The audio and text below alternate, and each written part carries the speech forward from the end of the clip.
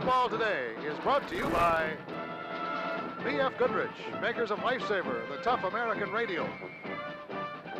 By Colt 45 Malt Liquor, a completely unique experience. And by Men & Skin Bracer, the morning after shave. Skin Bracer works like a cold slap in the face. Back in 1922, 50 years ago, this is how the Ohio Stadium looked. It was the biggest stadium west of the Yale Bowl with a capacity of 71,000, the pride of the Buckeye State. And on that day, 50 years ago, Michigan defeated Ohio State 19-0 in that dedication game. And now, here we are, 50 years later, and it's another complete sellout of Michigan-Ohio State game with a championship of the Big Ten and a trip to the Rose Bowl riding in the balance. Today, it'll be 87,000 fans on hand to watch this one. Michigan ranked third in the nation, winner of 10 straight, assured of at least a tie for the Big Ten title if they won a year ago. Ohio State ranked 9th, 8-1 in the season, hoping to repeat their smashing 20-9 win of 1970, a win that took them on to the Big Ten title and the Rose Bowl. Hello, everybody. I'm Bill Fleming, along with Bud Wilkinson, welcoming you to this 69th game in this long rivalry between Michigan and Ohio State. It's a rather cold day. It's spitted a few drops of snow, and it's now just starting to rain just a little bit here. It's rather cold, about 33 degrees, but not unusual for this November afternoon between Michigan and Ohio State. There, of course, are two different camps here in the Ohio Stadium, Michigan and Ohio, and we thought we'd get a view from both sides and how they feel about this game, a game that could mean the Big Ten title outright for Michigan and a tie for it if they should win it, and Ohio State. My name is Steve Schenthal. I'm captain of the U of M Cheerleaders, and I feel that Michigan should go to the Rose Bowl because we are undefeated, and after today's game, we will be the best representative of the Big Ten. My name is Chris Vogel, and I'm captain of the Ohio State University Cheerleaders. You know, we have quite a rivalry going here, but we went to the Rose Bowl 2 years ago and didn't do quite as well. We'd like to go again and do it right, and I think we will. Now we'll be right back with more college football today with Bud Wilkinson and Bill Fleming. Behind me, the Michigan band playing the Across the Field March, the fight song of Ohio State. Bill Fleming along with Bud Wilkinson. And Bud, I know that you've been connected with football most of your life. This is a new experience for you. It's the first Michigan-Ohio State game. Well, this has it all, Bill, as far as tradition is concerned, crowd enthusiasm, also excellence of football. The Michigan offense is what I would call a four backfield man offense, which is unusual today. Most teams have a quarterback who drops back and throws, and only two backs who can run with the ball, and the other two men are set out wide. But Michigan has all four backs around the ball all of the time, and their quarterback, Franklin, is an excellent runner. That gives them more blocking and much more deception.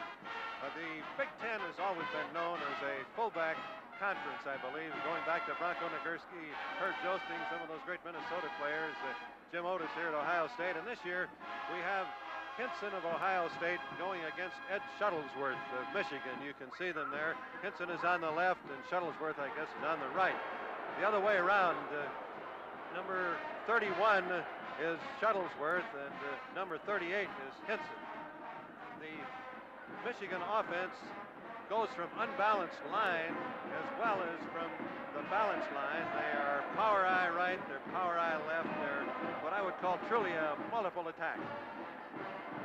And the victors being played as the block M is spelled on the field here in the Ohio Stadium by the Michigan band.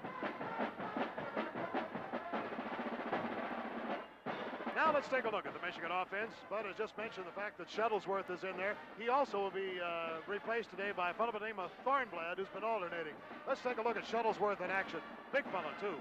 Well, he's 6'4", he weighs 225 pounds, and this first one is just a simple fullback off tackle, but the Michigan line just blows them out of there.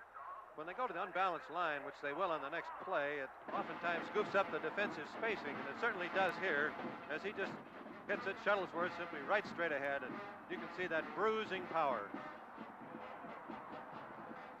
And number 44 is going to be Heater. And this is the sprint draw play. Franklin rolling out, and they expect to pass, and he just palms the ball off to Heater inside. The complementary play is the quarterback faking that draw that you just saw and then keeping it, and this is how it'll look this afternoon. Franklin faking to Heater, rolling out. He can either run or throw, and this time he decides to run. Dennis Franklin is just a sophomore. He comes from Massillon, Ohio. He was a fine quarterback in high school, very well drilled when he came to Michigan. He is not known as a great passer, but he's been very effective, Bud. He's had, 50%. And I think in the sequence that we're going to see here, in the first play, he passes to Paul Seal, and Seal is really wide open against Purdue. This was in the unbalanced line. Well, Seals is the kind of a target that a quarterback likes to throw to. Number 83, he stands 6 feet 6 inches tall, and that's the range that you'd like to have. You can see the great follow-through, though, that Franklin has, and Seals had beaten everybody on that play. Hazelrake is another fine receiver, and almost all of Michigan's passing will come off of the rollout fakes or the play fakes. Their running is so effective that they have the linebackers drawn up in close, and then they hope to hit deep as they are doing here. Young fellow who will not be here today is Gil Chapman, but we thought we would include him in the lineup because he has been such a spectacular performer. Just watch this punt return. 24, Chapman.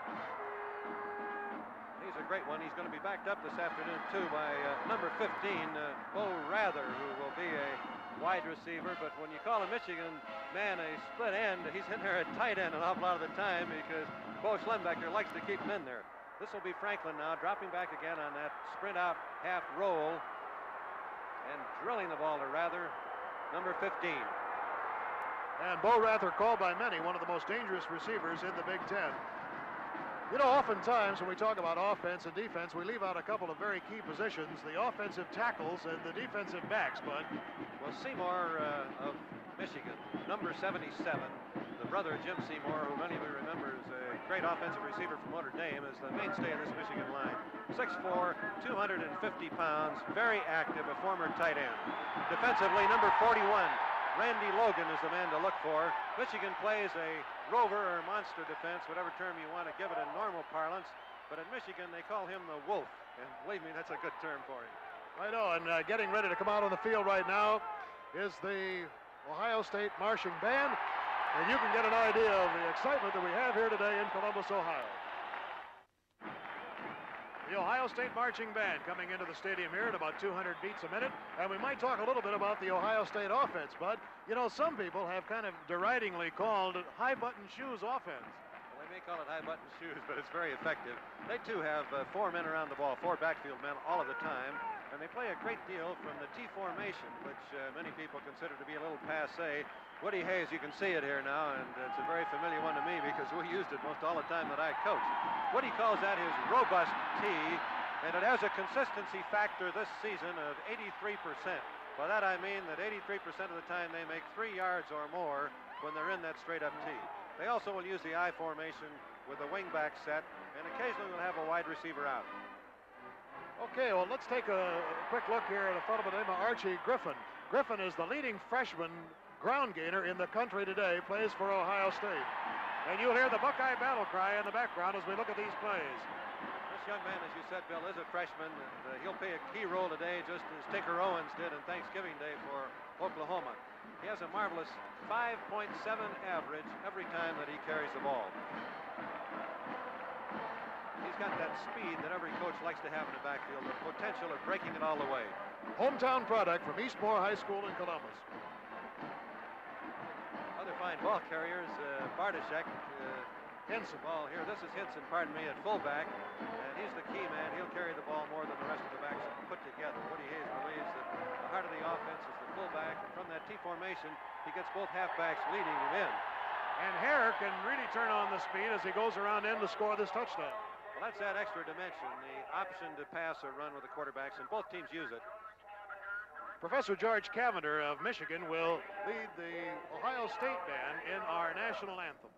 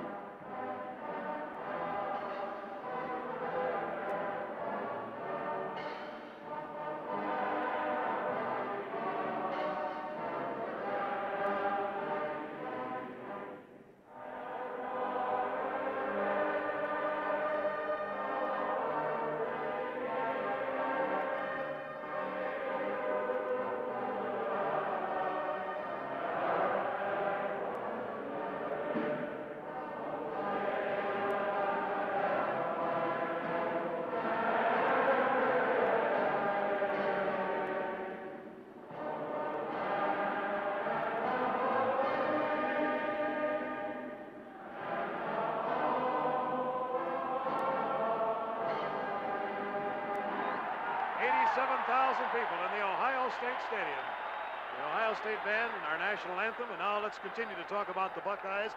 You know, they have disdained the pass quite a bit because Woody's afraid of interceptions, but they do have a passing attack. Harris hitting exactly 50% of his passes, and the passes will come off running fakes all of the time. Here he is hitting Galbos. The theory of the attack is to power that fullback in there, have the halfbacks occasionally carrying it, get the linebackers up, and then throw short over the linebackers, but in front of the deep receivers. This is Bartoshek, number 87, rolling out of the backfield to make the reception. And once again, we're going to get a fake here. Play action fake to the fullback. And a freshman is on the receiving end of this, Brian Bashnagel, who will be in action today. You know, in addition to the players we've shown you, there are two others we would like to mention to you. Randy Gradishar and Rick Middleton. They wear number 53 and 32, respectively. They will be the linebackers. A key role today. Well, Ohio State and Michigan, too, roll their their defensive people. They have 4 men that go to the open side every time and 4 men that go to the boundary side every time. That boundary side meaning narrow field. The reason for that being that they'd like to have their speed to the wide field because that's where you can get burned. Let's talk about the keys to victory in this game today, Bud. Well, in any game with this kind of enthusiasm, Bill, and this kind of tradition, and 2 evenly matched teams, the breaks are going to play a big role in it. One of the other things that could happen, of course, is that one-play bomb touchdown, a breakaway. I doubt if that'll happen. And I really look for the key to this game being the team that will pass the ball the most effectively. They're both very strong running attacks. They'll both bear down defensively against the run, and whatever team can generate the most consistency with their passing should win. All right, there you have it from Coach Bud Wilkinson. Bud, we'll look forward to hearing your comments throughout the afternoon. Back in a moment for the script, Ohio. Once each year for a home game, the Ohio band spells out Ohio. This has been tradition for the last 30 years here, and the 150 members of this band look forward to this perhaps more than any other thing. This has been a trademark of the Ohio State University marching band through the years, and we will enjoy a little bit of the tradition here this afternoon. Also, one of the great honors that comes to a bandsman is being able to dot the I at the end of Script, Ohio. Today, that honor goes to Joe Kreitz, a senior from Wilmington, Ohio, who gets the honor of dotting the I. There he is.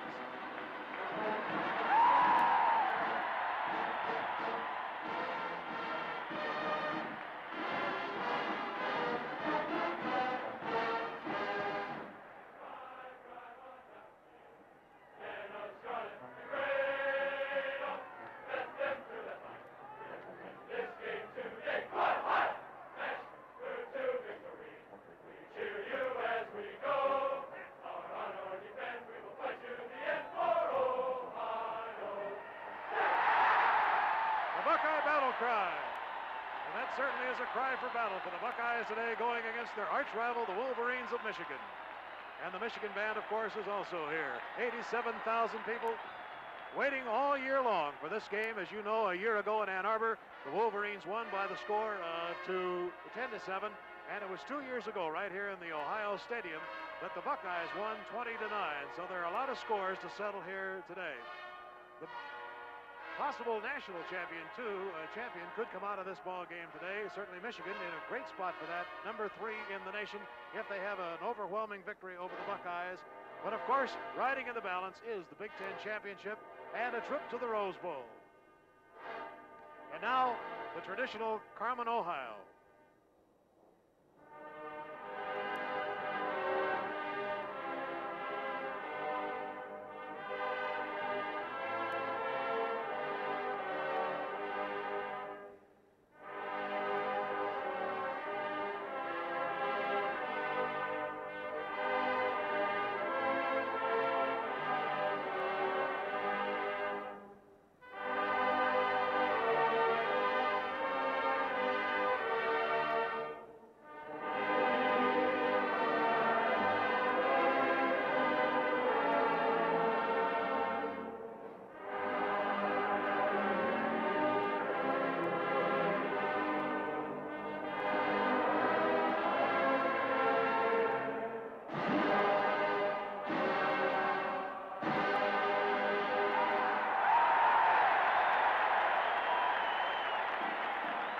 Michigan and Ohio State, 1972.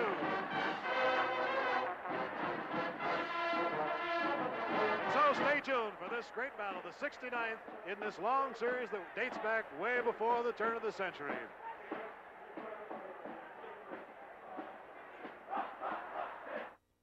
The FBI chases two robbers on a raft tomorrow night on ABC.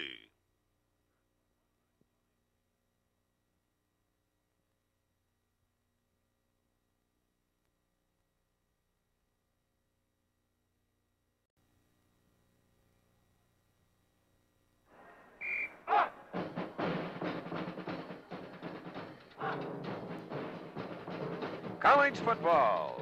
Today's game features the undefeated and third-ranked Wolverines of Michigan against the ninth-ranked Buckeyes of Ohio State. NCAA college football, another ABC sports exclusive, is brought to you by Texaco and the many thousands of Texaco retailers and distributors in all 50 states. Trust Texaco to have the right gasoline for you. By General Motors and the people who make Chevrolet, Pontiac, Oldsmobile, Buick, Cadillac, Opel, and GMC trucks, all with the GM mark of excellence. By Country Club Malt Liquor, a lot to drink without drinking a lot. And by John Hancock Mutual Life Insurance Company, the company that offers lifestyle insurance.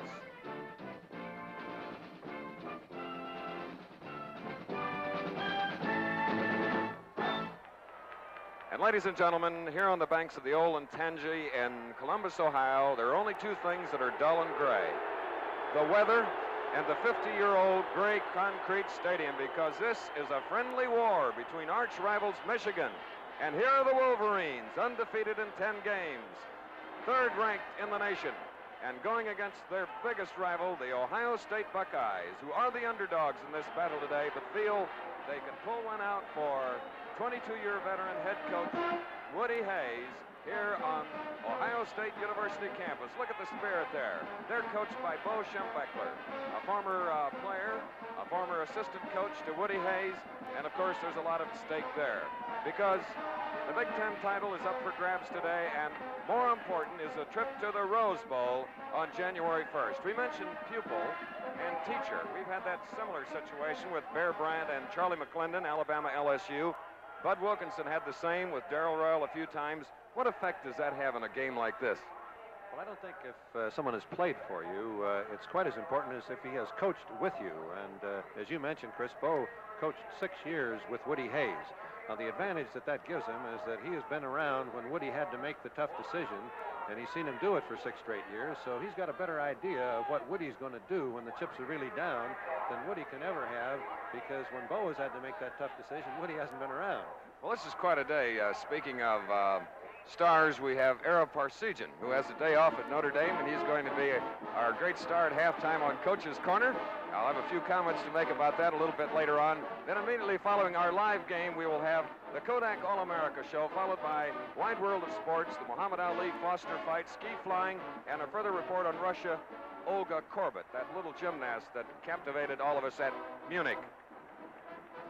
Mysteriously, Ohio State, the Buckeyes, have not come out of their locker room. And incidentally, today there are 126 Buckeye football players suited up. I've never seen so many football players in all my life, not even in South Bend when Notre Dame plays at home. I guarantee you that Woody Hayes has given them that last-minute talk about how important this game is. And this one will truly be what I would call a game of assault. These two teams like to run at each other, and as coaches say, fasten your helmets tightly, because that's the kind of a game it's going to be. And here come the Buckeyes. There they are. Look at all of them. 126. And you can rest assured that they'll not all play. But what a thrill to be a member of OSU, the football team. We're looking for Woody Hayes now. He's pretty easy to spot, but look at this spirit.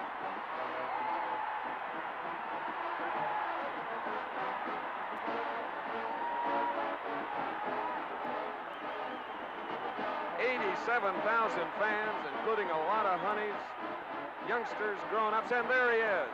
The 22-year veteran is head coach here at Ohio State with a phenomenal record, a great student of history, and he, in football, has made plenty of his own. These two teams are about as well matched as you could be. Average rushing gain per play, Michigan 4.3, Ohio State 4.5.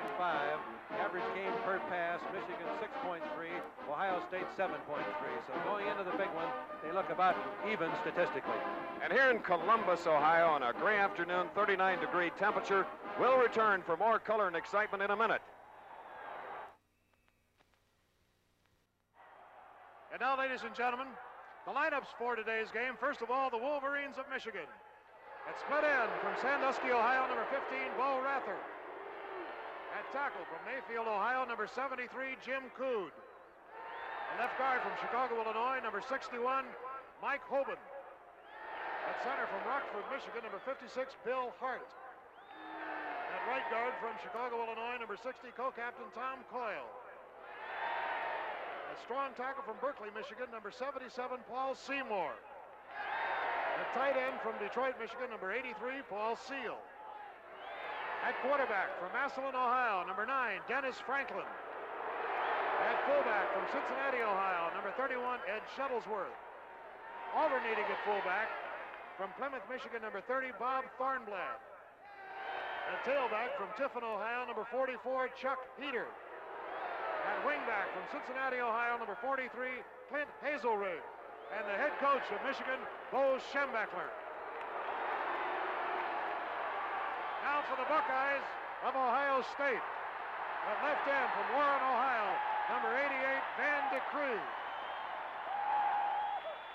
Defensive right end, Sylvania, Ohio, number 83, Mike Scannell. A defensive tackle from Portsmouth, Ohio, number 79, Shad Williams.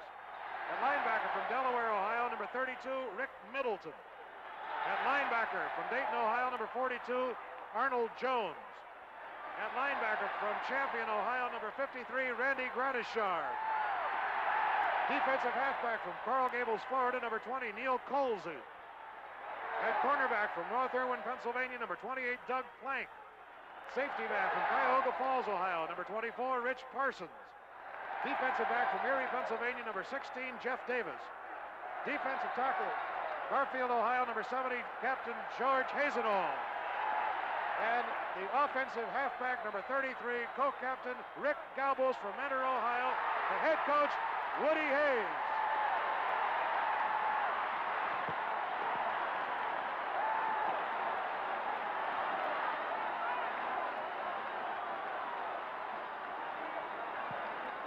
Well, this is our first opportunity to report an Ohio State-Michigan game, and being a Purdue man from the Big Ten, I've always been told that this was really it.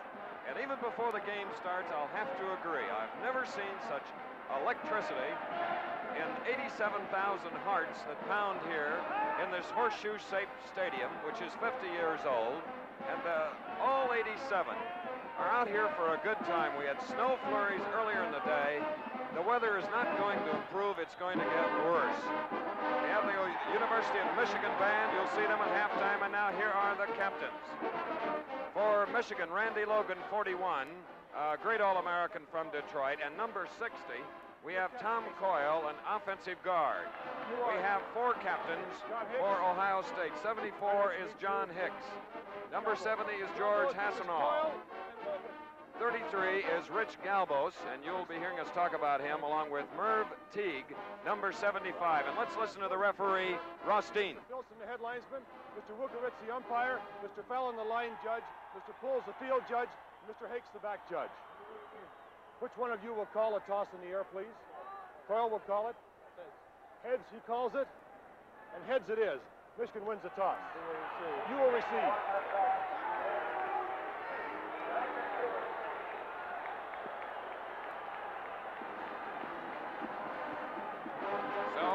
Ross Dean has just told you that the Wolverines, who are undefeated in 10 games, ranked number 3 in the country, have won the toss. There's an east wind coming from right to left at about 8 miles an hour. When you're the leading defensive team in the country against scoring, it always is kind of a surprise to me that they, having won the toss, did not take the wind or kick. That means that Bo has got a little confidence in what he has cooked up for his offense this afternoon. Okay, Bud, the kickoff man for the Buckeyes on their home field will be number 3, Blair Conway. As we look at the receiving team, and Their beautiful uniforms, too, representing the Wolverines of Michigan, the maize and blue. As they now go back, we see number 44 starting to move back deep. That is Chuck Heater, quite a ball player from Tiffin, Ohio. 20 is Harry Banks. And there you see the backfield, Franklin the quarterback, Shuttlesworth, a powerful fullback, number 31, and Clint Hasselrig, number 43, the wingback. He is also deep. But right now we're looking at the kicker. This is Conway from Middlebury Heights, Ohio, a junior, 153-pounder who moves to this ball with an 8-mile-an-hour wind behind. The kick is up, end over end. Chuck Heater has the ball at the 1, the 5, the 10 for Michigan. And brought down at about the 22. A 21-yard return, and there was no fumble, despite the fact that the home crowd made it sound like it. But that's the way they cheer their football teams on the home games Saturday afternoons in Columbus. Doug Plank making the tackle. So for the Wolverines now, Bud, they have a 1st and 10, and the ball is spotted at the 22. Quickly over the center is Bill Hart of Rockford, Michigan, number 56, and behind him, Franklin, number 9, in a power I formation.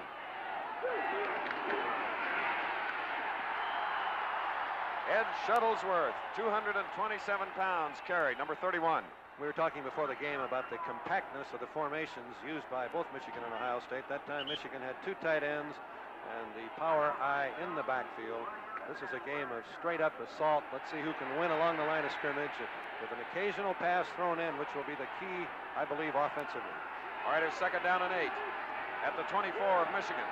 Bull Rather, number 15, is a split end to the near side of the field, and the flanker is opposite. Here comes that pass. It's to Bull Rather, number 15, complete, and it's a 1st down for the Wolverines.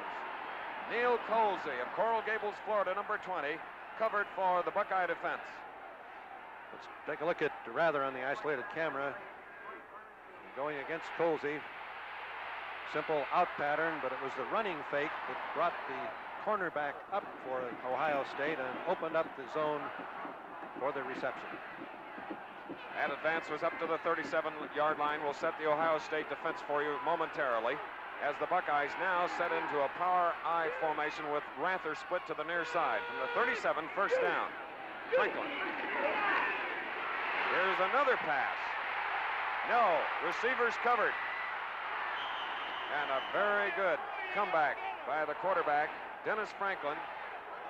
Grandishar, number 53, the linebacker, an All-American from Ohio State, made the tackle on number 9, Dennis Franklin of Massillon, Ohio. In fact, on the Michigan team, there are 29 Ohio-born players. The Ohio State defense has 5 men in the line of scrimmage with 2 linebackers and then 4 men in the secondary. But number 42, the middle guard, plays off the line of scrimmage in an erect position much of the time, as he is doing at present. All right, 2nd down and 1. Daniels is set to the near side of the field at the 46. 1st down for the Wolverines. Ed Shuttlesworth, number 31, carrying on the play. Defensively for Ohio State, Van de Cree, along with Jim Cope, are the defensive ends. Hasenall, number 70, and number 71, Cusick, are the tackles. The linebackers, Grandishar, 53, Jones, 42, Middleton, 32, and the safety men, 28, Plank, Parsons, 24. The cornerbacks, Colsey, 20, and 16, Davis. There they are, getting ready for another assault by the undefeated Michigan Wolverines at the 49. So it's 2nd down and 8. Direction, 1st and 10.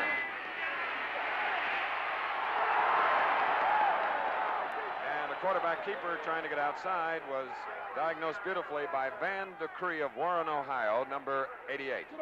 And the tactics defensively for Ohio State are quite apparent. When Michigan is in the tight formation, they're going to have 7 men on the line of scrimmage. The middle guard, Jones, will move up and be on the ball. Grandishar and Middleton will also move up, so that actually they have 7 men on the defensive line against the packed set with 2 tight ends of University of Michigan. When they spread it out, they loosen up. Now light drizzle starts here with 12 minutes, 34 seconds remaining in the 1st quarter. No score. 2nd and 8 at the Ohio State 49. Franklin. It's complete to Larry Gustafson of Mays Landing, New Jersey, number 48. So the weapon today for the Wolverines is the forward pass coming into this game. Franklin had thrown 6 touchdown passes, had scored 5 himself on the ground. So, Bud, as you predicted, the pass would be the weapon. You can see Michigan's record. Franklin had thrown only 100 passes in Michigan's previous games, completing 46. This drive started at the 22 for Michigan. They have now reached the Ohio State 40.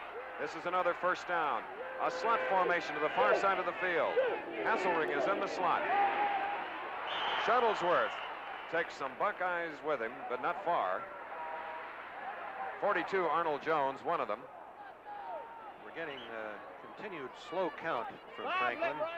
Instead of getting up and snapping the ball quickly, as most college quarterbacks do, he's been going on the 2nd or 3rd count. You can see the Ohio State lineman pressing just a little bit with him, but so far they have not jumped offside. All right, now coming into the lineup, number 80, replacing Rather. That is Daniels. A slot formation again on a 2nd down and 7 at the Ohio State 37. No score.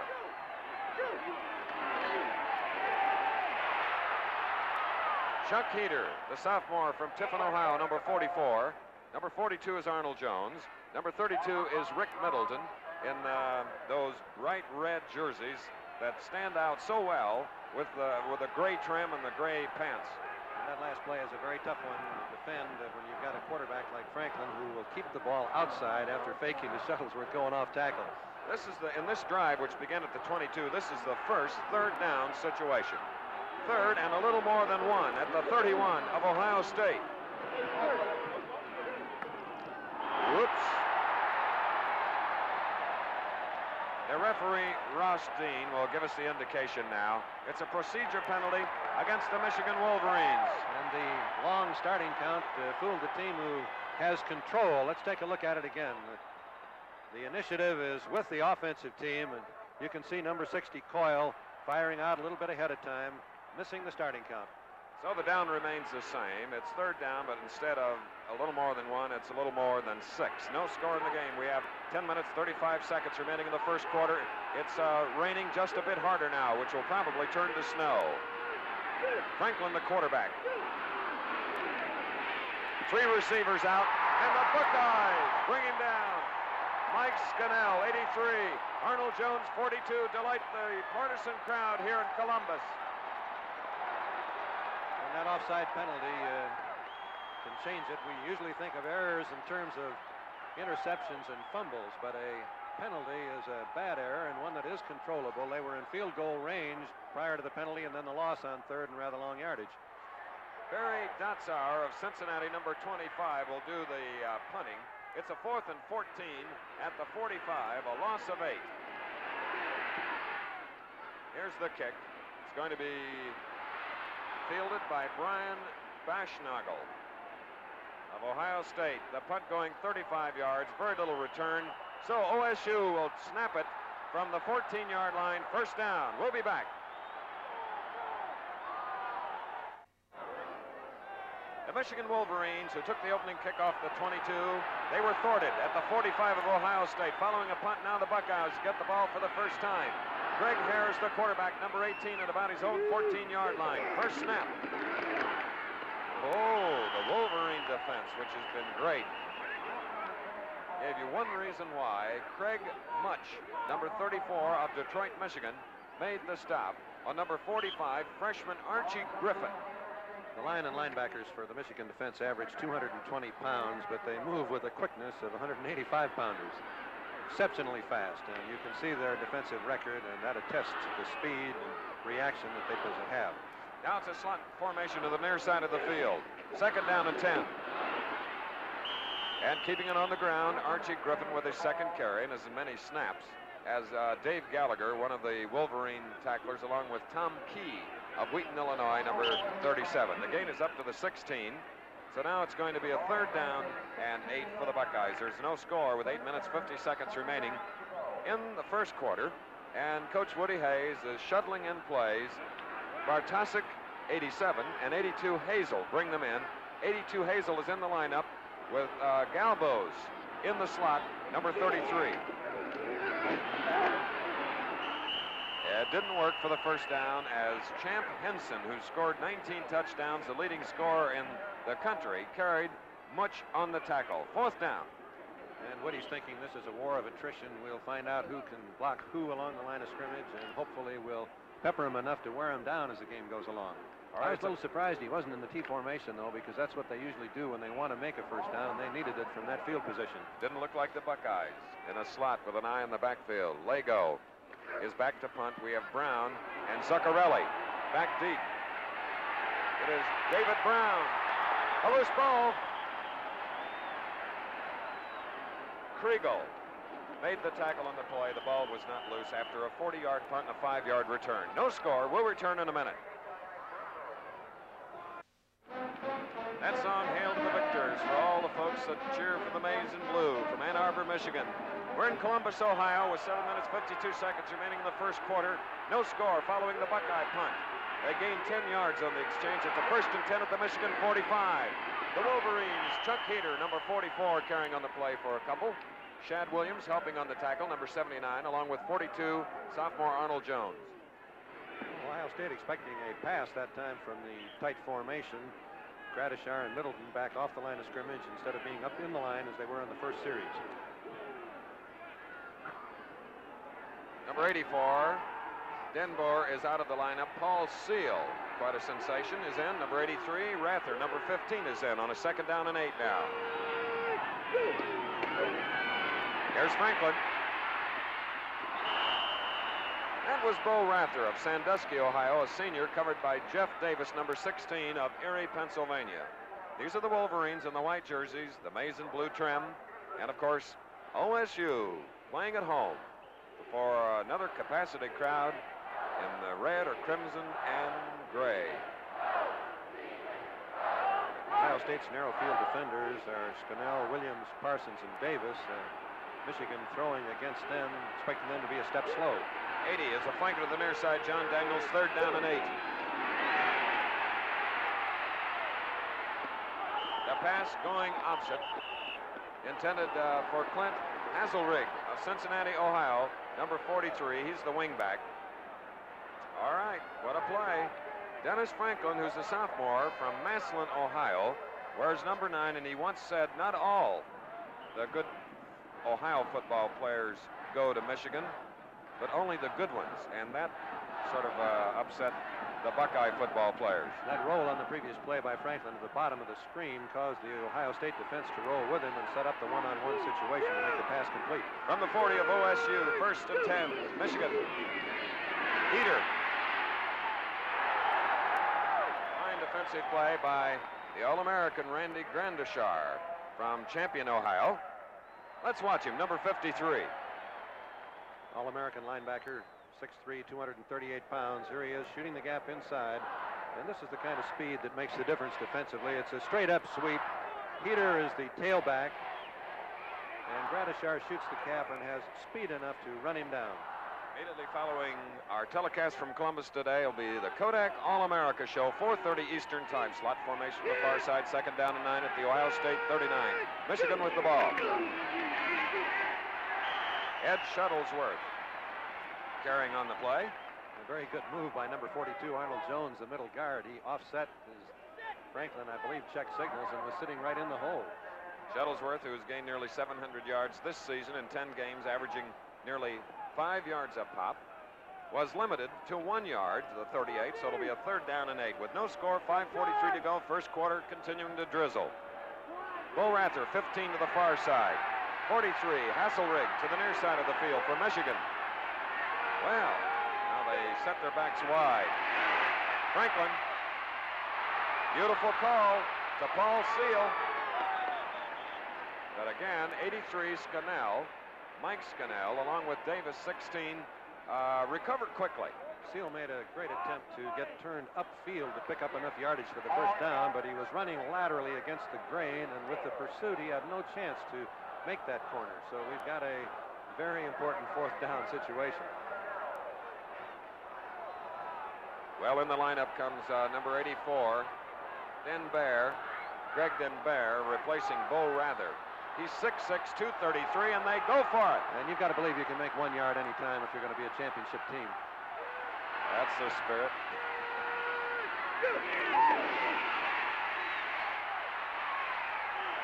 And It appears that the quarterback, Dennis Franklin, did just that, but only by about 2 lengths of the football. First down. You may not make it, but you got to believe you can. That's the important thing. Dennis Franklin from Massillon, Ohio, getting the first down, and the ball is just across the 30. The Michigan Wolverines. They have Coode, number 73 at tackle, along with Paul Seymour, Jim Seymour's brother, number 77, 60 Coyle, 61 Hogan are the guards, Hart the center. First and 10, just across the 30. No score. Oh, he's big and powerful. Number 31, Ed Shuttlesworth. And there is some contact along that line of scrimmage. Franklin is 4 of 5 for 41 yards already, which indicates that Michigan knows they've got to throw the ball to move, and also that they're throwing it very effectively. A Michigan team that has averaged about 4.5 yards per rush. Total offense per game, 338. They now have a 2nd and 6 at the Ohio State 26. Hazelrig. That's what a wet field means. He had it in daylight, and he simply lost his footing on a dry track. He might have turned the corner and picked up big yardage. So the stop was made at the 27. They tacked on a loss of a yard. It's a 3rd down and 7. And the Ohio State band, both the Wolverine and the Buckeye bands, will entertain at halftime, and Coach's Corner will feature Notre Dame's Ara Parseghian. Daniels to the near side of the field on the 3rd and 7. Hazelrig is opposite. There's Hazelrig. Hazelrig slipping on the moist artificial turf. 4th down and 7. The line of scrimmage is at 27 of Ohio State. Let's watch him as he starts down the field. Hazelrig, drive pattern, and then as he tries to put on the brakes, his feet simply go out from under him, and watch this second effort as he tries to get up again and make the reception. He didn't quite have time to do it. Now we have a 44-yard field goal attempt. Mike Lantry, a Vietnam veteran. Kick is up, it's very short. And the deep man, Neil Colsey, wanted to make sure that it crossed the goal line for a touchback before he grabbed it. He just let it go wisely. So Ohio State gets it for the 2nd time. No score. As we have 2 minutes and 57 seconds remaining in the first quarter. We'll be back in 1 minute with more action. Michigan has just tried a 44-yard field goal, very short, no good. Ohio State has the ball 1st and 10 at their own 20. We're near the end of the first quarter. There's no score. Greg Hare, the junior from Cumberland, Maryland, hands off to Harold Champ Henson of Asheville, Ohio, 38. Tackled by number 34, Craig Mutch of Detroit. Ohio State taking good splits along their offensive line in an attempt to spread the 5 down linemen of the University of Michigan. The Ohio State starters, 4 seniors, 7 juniors, 10 sophomores, 1 freshman. The freshman being a halfback, number 45, Archie Griffin of Columbus. What a team they'll have next year. It's a pretty good one there right now. No score, 2nd and 7. And the freshman is upended. Griffin upended by Randy Logan, number 41, another possible All-America. He went right straight through the blocker and knocked the blocker down as well as the ball carrier. 3rd down and 8 now as we look at the Wolverine defense. Let's 3rd watch and 8. John Hicks, number 74, block here. He's the right tackle for Ohio State. And that's the way to cut him down. That's Grambaugh that he took to the ground.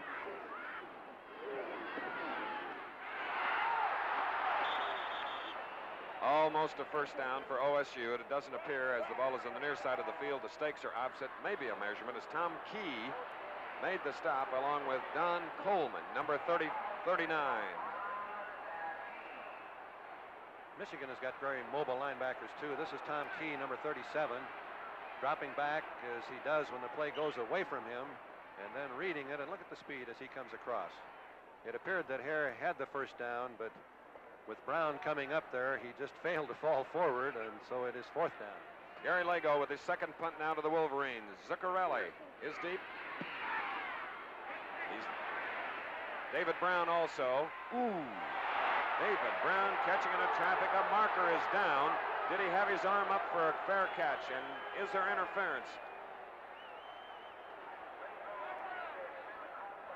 Fred Puggich was there to make the play. Interference with the right to fair catch the ball, Bud. You have to give him 1 yard, and I think he also did signal for the fair catch, although it was certainly a very quick signal. Let's take a look at it.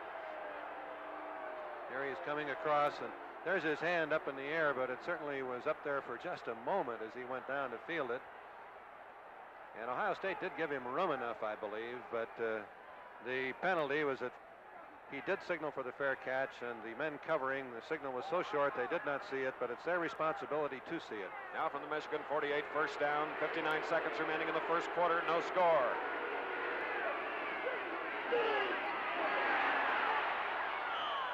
Dennis Franklin called a beautiful play, and had he not lost his footing, he'd have gotten more yardage. And that's the first time Michigan has gone into their unbalanced line. Ohio State did not adjust to it very well. We talked about it before the game, but their spacing is changed. An unbalanced line means you've got one more lineman to one side of the center than the other. There's a defensive loss. Randy Gradishar from Champion, Ohio, the All-American, limps to the sideline. We'll get a report for you as soon as we can. A measurement now is being made, and a first down has just been achieved by the Michigan Wolverines, whose deepest penetration thus far has been to the Ohio State 26. They have failed on a 44-yard field goal. This is Gradishar on the previous play, and you can see that blow that he got and the leg kind of spin, and that's got to be a little knee problem, I believe. But since his foot was not on the ground, and if the bruise is not too tough, I would assume he'd be all right. Jim Cudd was the man, number 73, that did the hitting. First and 10 from the 42. Look out. Chuck Heater gets another Wolverine first down, the undefeated Michigan team. Van Decree on the tackle at about the 23-yard line. Now this is the deepest penetration by the Wolverines.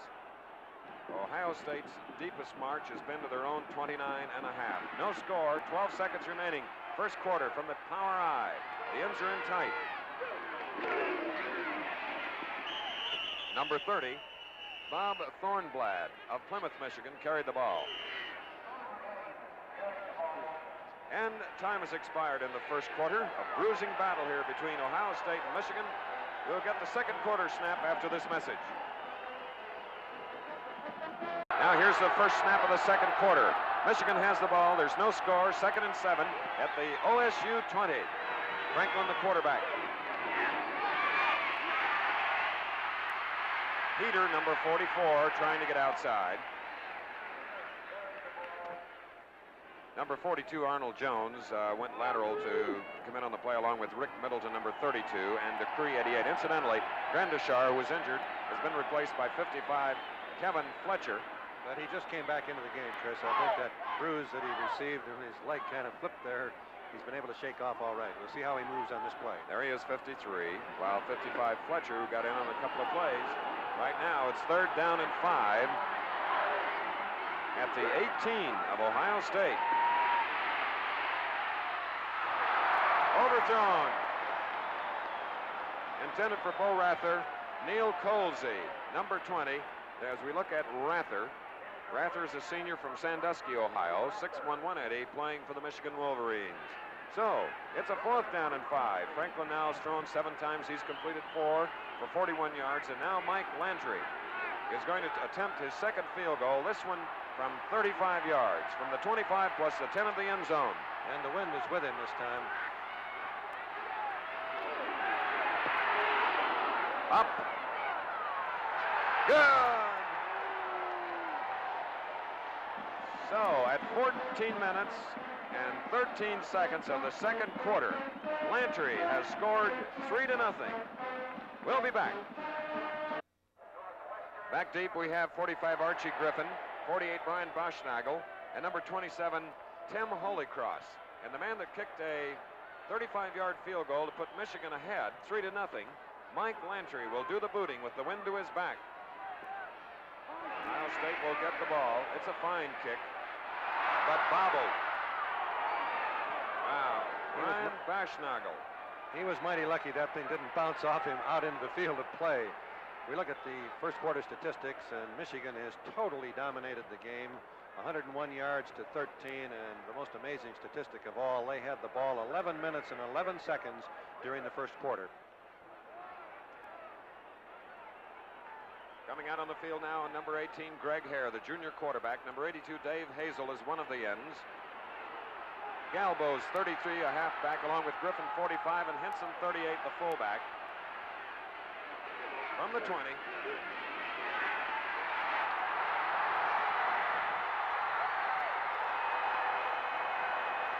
What a play by Greg Hare.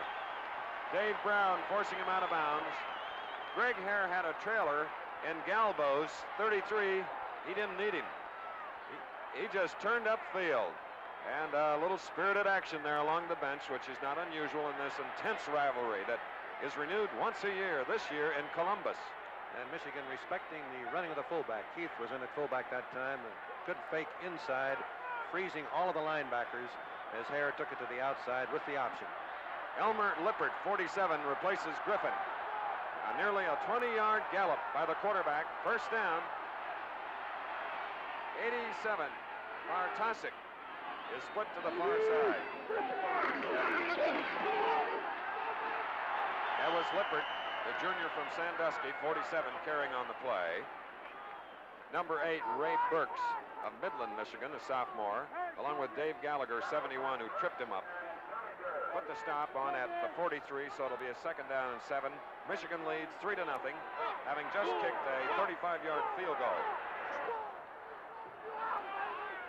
Those Buckeye leaves are for exceptional plays made during the season. You can see quite a few of them. And the Buckeyes keep it on the ground. This is Randy Keith, number 4, the reserve fullback behind Henson. He's stopped by Steve Strinko, as both coaches are using a lot of players in this bruising battle. And they're fortunate that they have a lot of good players to use.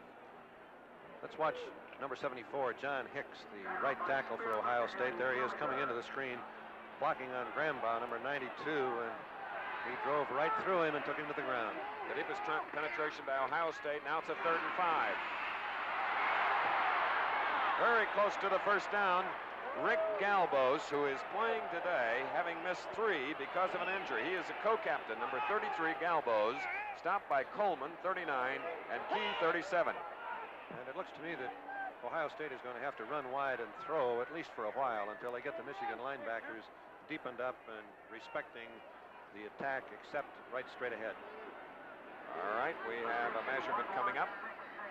The linesman comes in from the far side of the field. William Filson and his crew. And you notice the ball is sideways. That's the way he carried it and put it down. Here's Galbos. Ooh, inches. What do you do here? You're short of the midfield stripe. It's early in the second quarter. Your opponent leading 3-0. This is a play a lot of people can second guess. Yeah, but field position thus far, Chris, Ohio State's gotten the ball on their own 14 and then twice on their own 20. Michigan has got it on their own 45 and their own 48, and that field position has been very valuable to them. But, Bud, you told me a good football team can go for it. And that's what they're doing. Okay. There we go. 4th down and inches. Both these teams want to win because a victory means Rose Bowl. It also means pride and honor.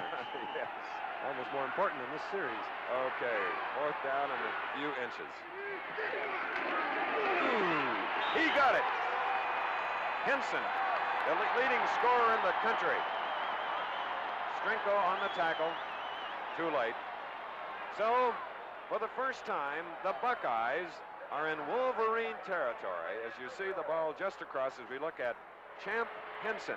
19 touchdowns, and he took a banging on that last carry. Here we go. Steve Myers is over the ball. The quarterback is Hare. Lippert.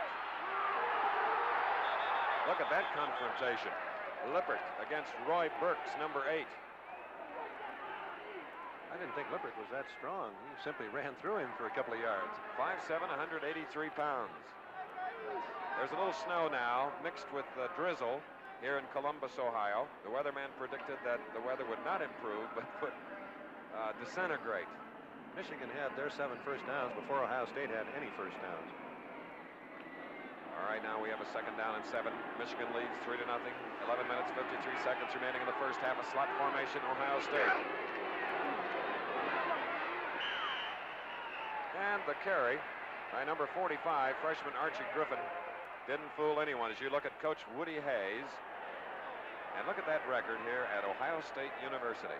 And Woody Hayes calling the plays from the sidelines.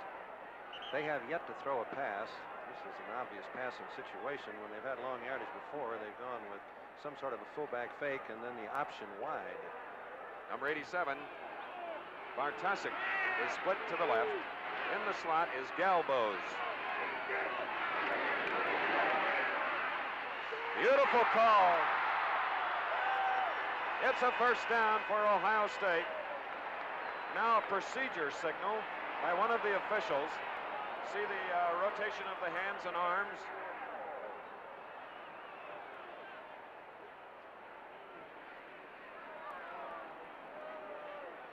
All right, that'll bring the ball back. 5. Now you're looking at referee Ross Dean from Whitefish Bay, Wisconsin. He has been a great referee in the Big Ten, and this is his final game. He's decided to call it quits, and we'd just like to congratulate him on the many years of great service and a thankless job so often officiating collegiate football. Incidentally, Henson banged an ankle, but he will be back in the game. They recover quickly, so the ball now is back at the 49. It's a 3rd down and 12. Hare throwing. Ooh! Ted. Incomplete. Michigan saying that he was across the line of scrimmage before he threw the ball. You can see them on the sidelines talking about it, but Dotzauer was covering number 25 for the Wolverine defense. Ted Powell, 89, from Hampton, Virginia, the intended receiver. So here again we have a 4th down. Incompletion. Lego is in to try the 3rd Ohio State punt. In a defensive battle, the only breaking of the ice has been a 35-yard field goal by Mike Landry. Michigan leads 3-0. 10:43 left in the first half. Going deep, David Brown, number 6, single safety.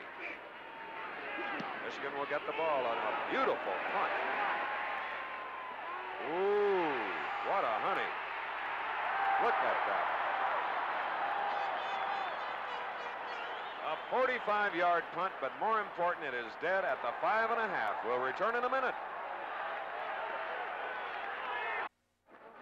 We're back again at Ohio Stadium as 87,000 fans look on. It continues to drizzle on the 69th meeting between Michigan with the ball now. At the 5.5 following a punt, they lead 3-0. Franklin, the quarterback.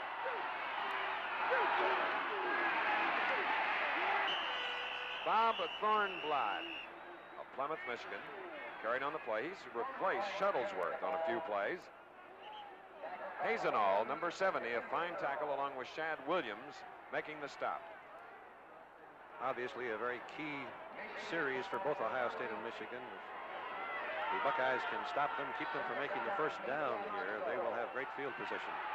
Larry Gustafson, number 48, is in the lineup for the Wolverines. He is in the slot. Rather is outside him on a 2nd and 7.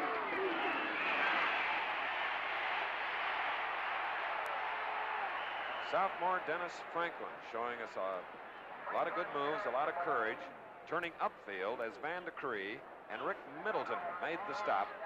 He really did show us something on that play, Chris. There was no way he was going to make any yardage at all, and just with his own brilliance, he planted that foot, turned upfield, and made a sizable gain. It gives them 3rd down and a little more than a yard. They're inside their own 15 following a nifty punt by Lego. Wolverines in the white jerseys. 3rd and a little more than 1. Whoops. That was Mike Hogan that may have moved a little early. I'm going to be interested in how they call this one. Again, that's procedure call. He called it right, definitely. That's just so often when the pressure's on these officials. Now here it is again. You can If you look to the lower right, just on the right side of your screen, the Michigan helmets, you'll see Hoban move here just a little bit ahead. There he comes. Now, the defense can move as long as they don't go across the line of scrimmage. They can be moving all the time, but the offense has got to be still for 1 second. Any movement on them is a penalty, illegal procedure. Once the lineman's hands on the ground, he cannot move again. Now it's a 3rd down and 6 from their own 9. Michigan with the ball, leading 3-0. Rather. This was Heater that carried, and the Buckeye defense has come along, led by Randy Grandisher, number 53. As 44, Chuck Heater carried on the play, and there's Bo Schembechler, a student player at Miami of Ohio when Woody Hayes was coach. This is Gradishar, great boundary linebacker for Ohio State. He bruised a knee a few moments earlier, but he can move again. Barry Detzauer punting. It's low, not allowing for much kick coverage. Ohio State will have good field position at the 45 or 6 of Michigan. Brian Baschnagel, following a 37-yard punt, returns at 4 yards. You know, Michigan and Ohio State have long been known for their great battles on the field, but these two institutions also have quite a fight going up in the stands. For the past 22 years, Ohio State and Michigan have finished 1-2 in attendance figures. 21 of those years, the Columbus Rooters have brought the crown to Ohio State, with Ann Arbor patrons finishing 2nd. Michigan is the attendance winner this year nationally. All right, now from the 46.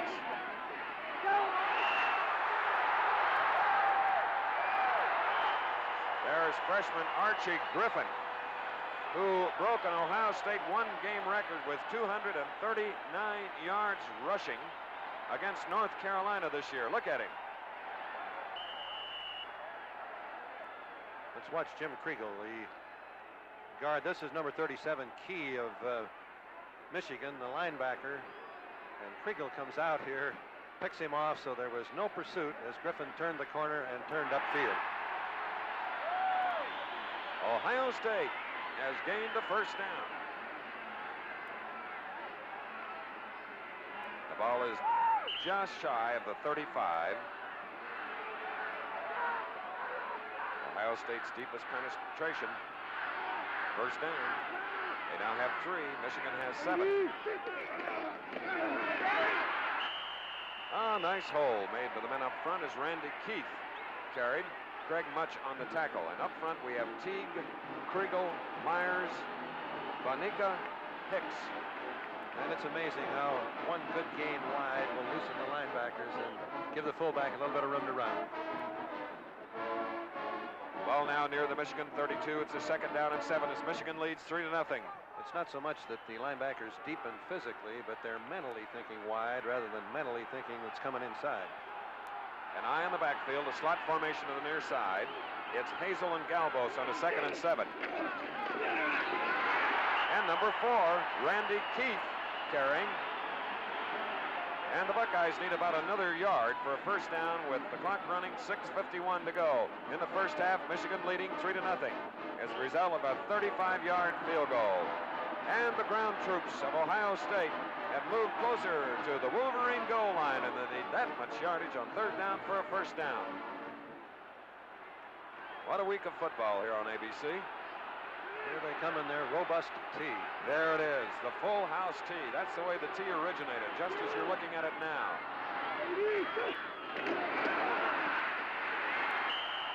And Keith gets the necessary yardage. There may be a marker down. All right, let's watch. Maybe offside against, let's see, offside. Rothstein in his final game refereeing points to the Wolverine.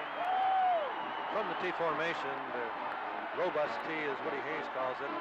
They have an 83% consistency factor. By consistency factor, they make 3 yards or more on each snap. And when you're down here in that 4-down area of the field, if you can average that 3 yards, obviously you're going to drive it in. All right.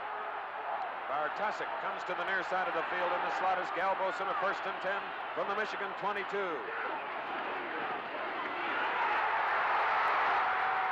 Wow, Griffin, 1st and goal. And Woody crossed him up. He went with the open set and gave it to the fullback.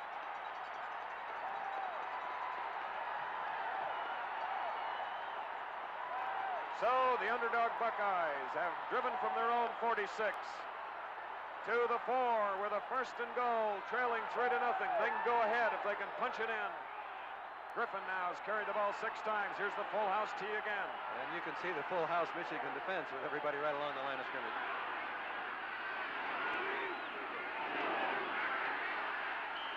And that was Champ Henson, who has 19 touchdowns this year that carried. And Randy Logan, the All-American, met him head-on, number 41. But the Champ gained a yard to the 3. It's 2nd down and goal. In this position on the field, the linemen don't try to block anybody in or out. They simply try to drive them back. The defense, on the same token, is really putting their heads down and submarining to avoid being driven back. Now it gets interesting up front. And the quarterback, Greg Hare, says, quiet please, 2nd and goal from the 3. Ooh, he's close. Henson carrying. Brown making the stop. And in the end zone, now one official raises the 2 hands, or does he? I think he's trying to signal for quiet, just as Hare, the quarterback, has been doing, but that was awfully close and somewhat excited technical. a lot of Buckeye fans, I'll tell you that. You excited me. Okay. 3rd and goal. Length of a football, and Ohio State from the straight tee. Watch. Touchdown, Henson.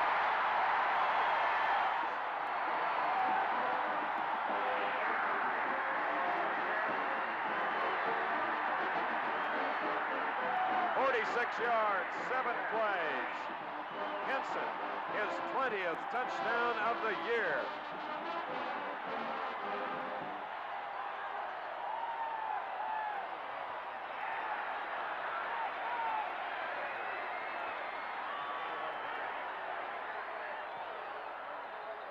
Here's a try for the extra point. Conway, good.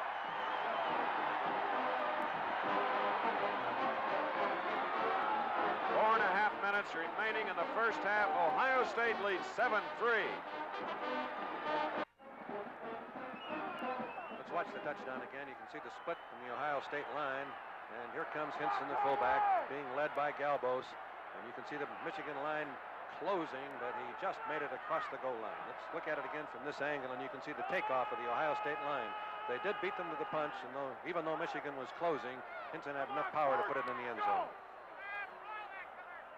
All right, now it'll be the kickoff by Blair Conway, following the 46-yard drive in 7 plays. Heater, number 42 is, whoops, easy boy. Easy boy.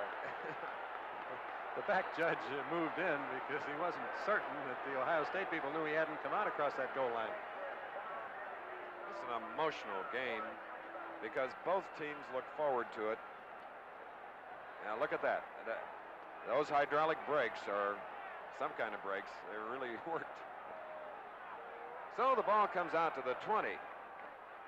And it's Ohio State leading 7-3. We have 4:27 remaining in the first half. Now the quarterback, still Franklin, for the Wolverines, undefeated in 10 games.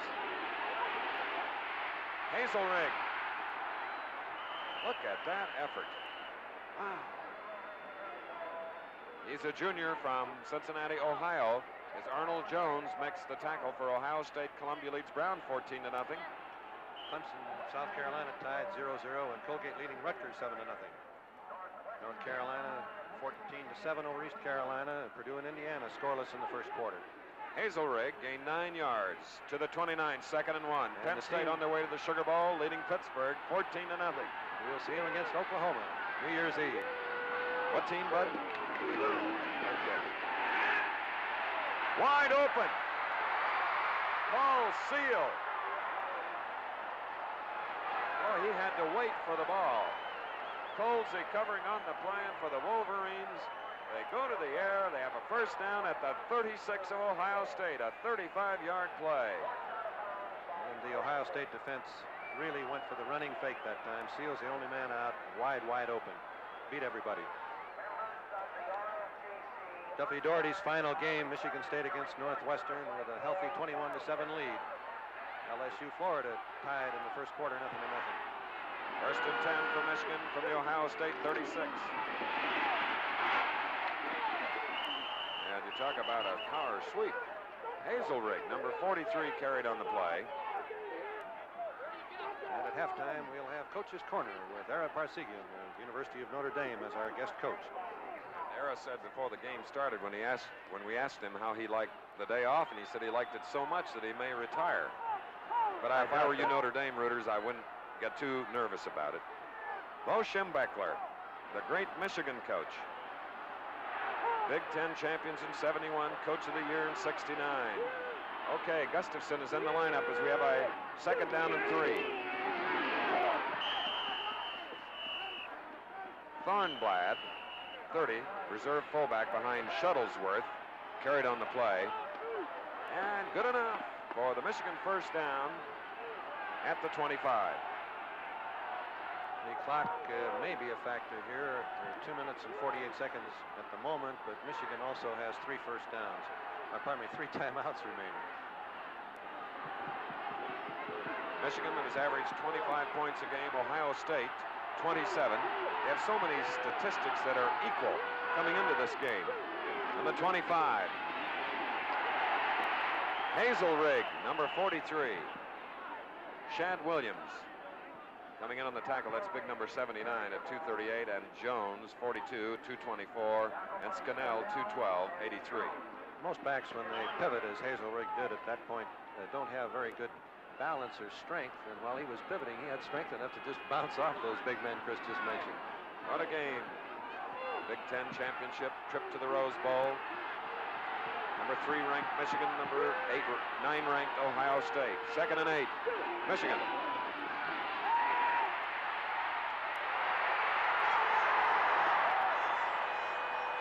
Grandishire gets in there. We've got to give credit to a defensive back that covered the key receiver. Can't see his numbers. He comes back up the huddle. That was Thornblad who was out there wide, I believe. But also we have Gradishar, the linebacker, rushing here. A blitz play that is always a gamble. But when you expect a pass, if you don't give him time to throw and you get just a little bit of help down there, as they had in the secondary, it's a very effective thing. Gradishar on the tackle after being high in the air to block it if he threw quickly. It was Jeff Davis who was deep covering. Third and 10. Right to the 12, Hazelrig. And Jeff Davis lost his footing. Let's watch Hazelrig when it's one-on-one and you run the curl pattern or the hook as well as this. The halfback has a terrible time. You could see Davis trying to recover, but he did slip, and the pass was so well on target. Complete, and it's now first down at the 11. All right, Hazelrig, 37 yards rushing, 14 yards on catching passes, as Dennis Franklin, the sophomore, looks good. First down from the OSU 11.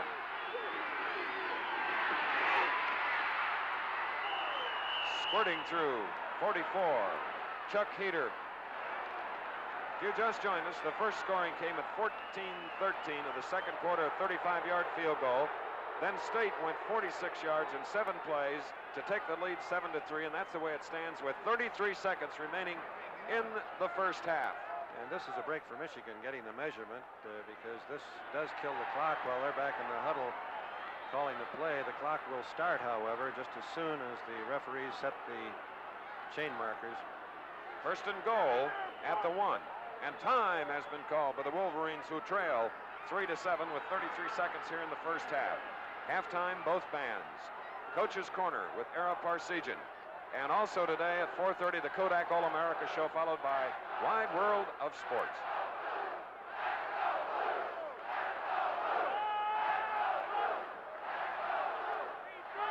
This crowd is chatting and chanting all the time here in Columbus, Ohio. They've been doing it for 50 years in this stadium. NCAA college football continues next Saturday with an exciting doubleheader. At 12:30 p.m. Eastern Time, it's the Army-Navy game. Then at 4 p.m. Eastern Time, the Fighting Irish of Notre Dame, contenders in this year's Orange Bowl, take on one of this year's Rose Bowl teams, the USC Trojans. Don't miss this exciting college football doubleheader next Saturday right here on ABC. There you get a look at the Horseshoe Stadium.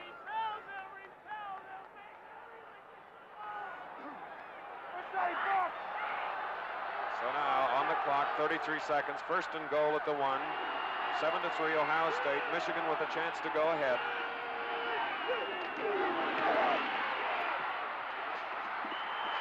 It didn't work.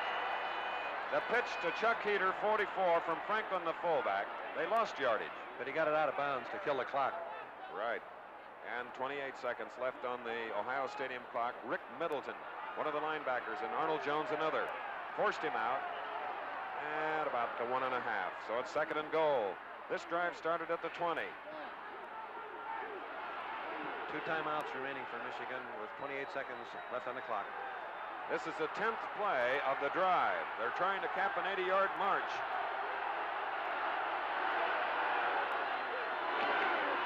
Heater, and Heater loses the footing. If he hadn't slipped, Chris, he's going to score on the play. They had the blocking in front of him. They've got the speed, and they were just a step ahead getting out there, and it's just a little bit of dampness, I believe, on top of the artificial turf. 19 seconds, and a third down and goal coming up. We'll return. All right, 19 seconds in the first half. Michigan, third and goal at the 1. They trail 7-3.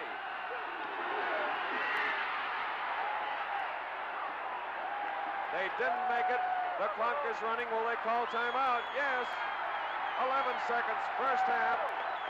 Thornblad failed to get in. Fourth down, and talk about drama in the closing 11 seconds of any half. Here it is. And do you kick the field goal for almost certain 3 points, or do you try to go ahead? That's what the Michigan staff is discussing at the moment with their sophomore quarterback, Dennis Franklin. I believe that they're going to go for the... Paul Seal, the big end, 6'6", 213, was waving to his head coach, Bo Schembachler, go for it. Well, the quarterback is over talking to the coaching staff. What a conference. Here he comes. Number 9, so that's the quarterback there. I don't see the field goal kicker, who's been successful on 1 of 2 today. This play could be the ball game. Oh, boy. Denver is the tight end on the far side from the power I. 4th and goal.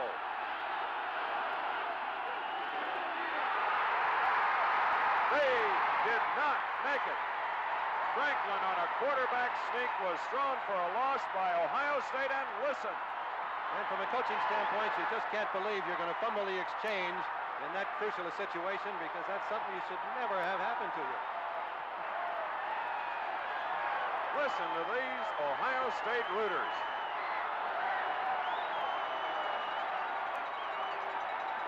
I'll guarantee you one thing, there'll be no razzle-dazzle on the next play. Wow. An 80-yard drive halted. 12 on the 12th play of the drive. The Ohio State defense was really tough. Remarkable, Chris, to stop a team like Michigan 4 straight times from the 2-yard line. I guess it was 1.5 even. Right. It was inside, actually. And so they're just running out the clock. We see 4 seconds, 3, 2, 1. And at halftime, Ohio State, the underdog, leads undefeated Michigan by a score of 7-3. Let's look at the last play again. You'll see the quarterback, Franklin, pulling away just a little bit early. The center may have snapped the ball just a shade late, but anyway, Franklin got his hands out before the ball came there. He fumbled the ball. He made the recovery, but it was 4th down and a key play for the Buckeyes. All right, at the end of the first half at Ohio Stadium in Columbus, the score. Ohio State 7, Michigan 3. We'll be back for halftime activities after station identification. David Wayne guest stars in the streets of San Francisco tonight on ABC.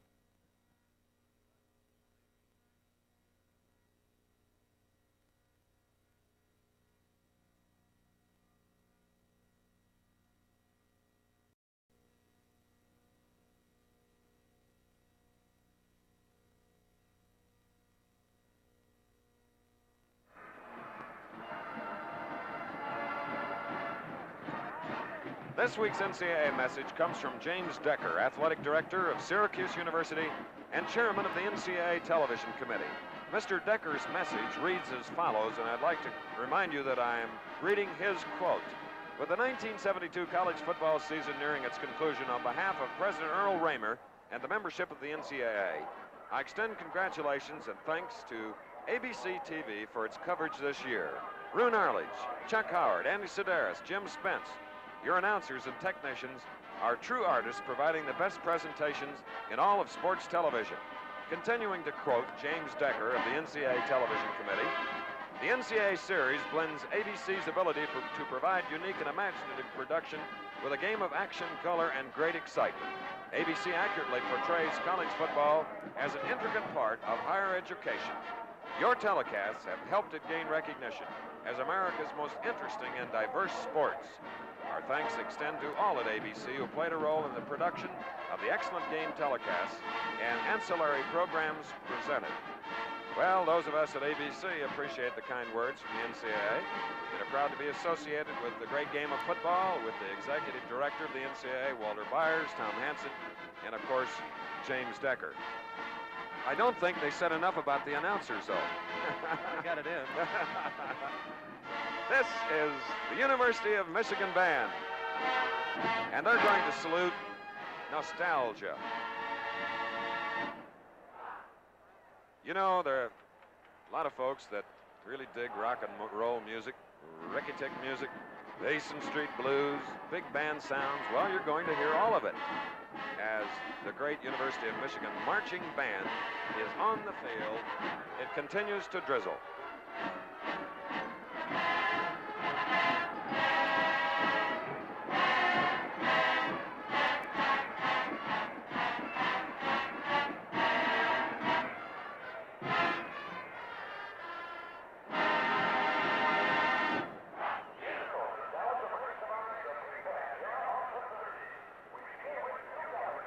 So, having just left Basin Street a few days ago, how about the Duke? Take the A train, Duke Ellington's tune.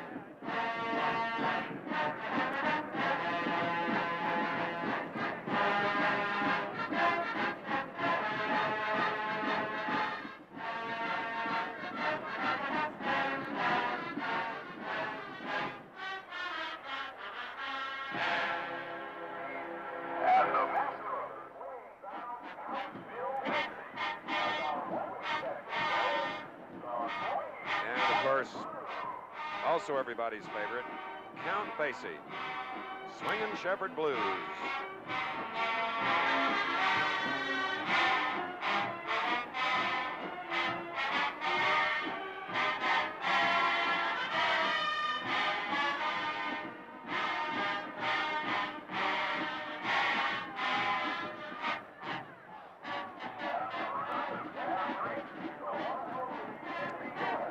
Well, now they're going to feature trombones, woodwind features as well, and Dizzy Gillespie, who helped play How High the Moon.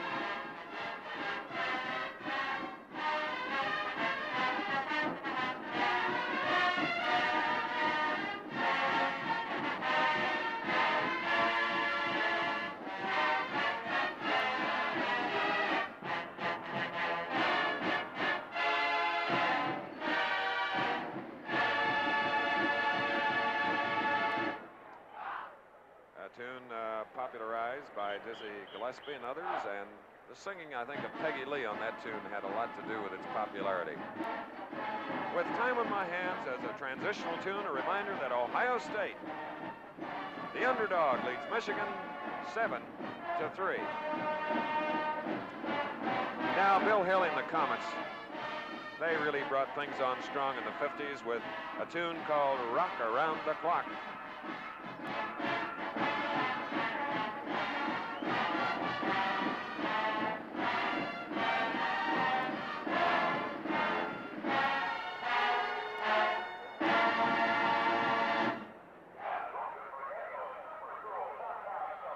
This is the University of Michigan Band.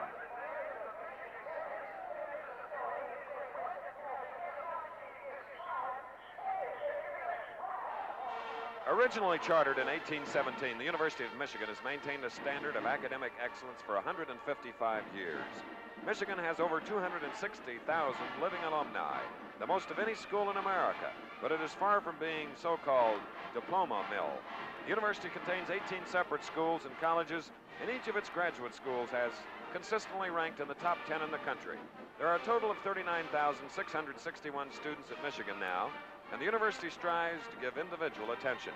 A $55 million building projected that was completed several years ago increased classrooms, research facilities, and the library system, which is the 5th largest in the nation. The main campus is located in Ann Arbor, but Michigan also has branches in Flint and Dearborn to meet the demands on an increasing student body, from astronauts to athletes and everything in between. This is Michigan. And now, let's go to Coach's Corner, hosted by Bill Fleming.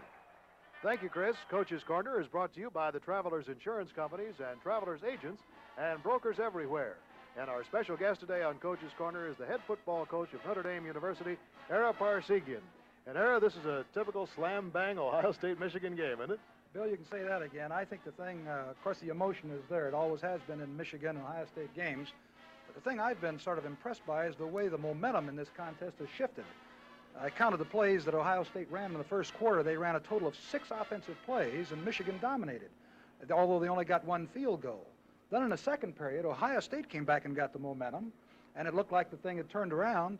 Michigan comes right back and drives down the field, and of course the psychological thing that really hurt them was that fumble on that 4th down. Oh, right. But I think Michigan demonstrated early in the ball game, strategy-wise, that they were going to open up because they passed the football right on that second play of the game. Right, and I think that is important. The second play of the ball game, as a matter of fact, it would be kind of unheard of to think that Michigan would be passing, but that they did, and this is the play. Yeah, here it is on the second play of the game. Of course, these are 2 conservative football coaches in a sense, but Franklin rolled right out, and I think Coach Schembechler demonstrated early that he was willing to throw the football. Here's Franklin throwing the ball, and a completion right off the bat, and we wind up with a first down for Michigan. Right, and we'll be back to talk with Coach Ara Parsegian about the second period of the ball game and some of the other highlights. And we'll be back to do that right after this message from the Travelers Insurance Companies. Well, I think the thing that we ought to talk about a little bit, Ara, is the unbalanced line. And from a coaching standpoint, explain to our uninitiates what it really means. Yeah, one of the things that Michigan is doing in this football game is they're moving their tackle over, and they're winding up with 3 men to the right side or left side with a double flanker to that side. Right. It's really an unbalanced line that requires some defensive adjustments. And Ohio State has adjusted. Later in the second quarter, they started to adjust, and then, of course, Franklin came back and came to the short side of the attack. Let's take a look at the play from the unbalanced line, and this is the pass to Seal. Well, this is a little reverse here that Franklin hid the ball very well, made a double fake to the inside. This was the key pass in the drive that led to the unfortunate for Michigan fumble at the goal line. This was a big play here at the tail end of the that drive that just failed for its score. Now, one of the key plays for the Ohio State Buckeyes was that brilliant play by Hare, the Greg Hare, the quarterback. Yes, this is the play I believe that probably set Ohio State off. Watch Hare fake the ball in here to the I-back, then keeps the ball, and I believe this is the first down, and I think probably gave Ohio State more confidence than anything else because Michigan has been a great defensive football team, and this play picked up 19.5 yards, and the first down for the Ohio State team, and I think psychologically it was a great play. You know, psychologically, too, they had a 4th down and about 4 inches to go near midfield, and they went for the first down. This is a big play, really. Here they are lined up. Now, you'll notice that Michigan has not gone into a goal line defense. They're playing a standard defense with the linebackers off in anticipation possibly of a pass.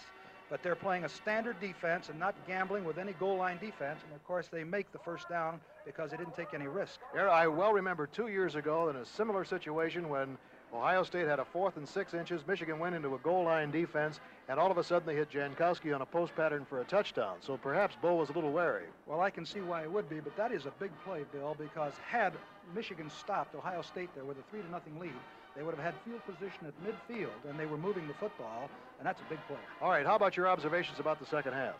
Well, I think psychologically it's going to be interesting to see just exactly what how they will react to that disappointment of not scoring. Ohio State will get the football, and I think the early downs, whether or not they move that ball, it could be disastrous for Michigan if they're not able to hold on this first series, because I think the momentum, again, let's watch to see where the momentum goes. The outcome of the game will be determined by who has that momentum last.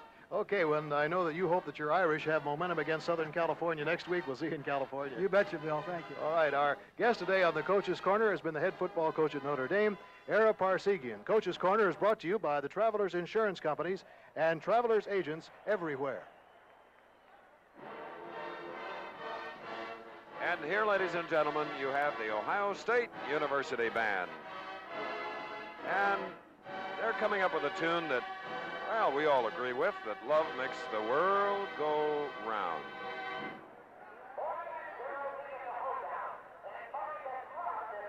Halftime score for those of you that just joined us, Ohio State leading 7-3 as Ohio State went 46 yards in 7 plays. Michigan kicked a 35-yard field goal at the beginning of the second quarter. Well, we may have missed Love Makes the World Go Round, but I hope you agree with that philosophy. Musically, we didn't hear it, but we may now see a cradle formed by the Ohio State University Band.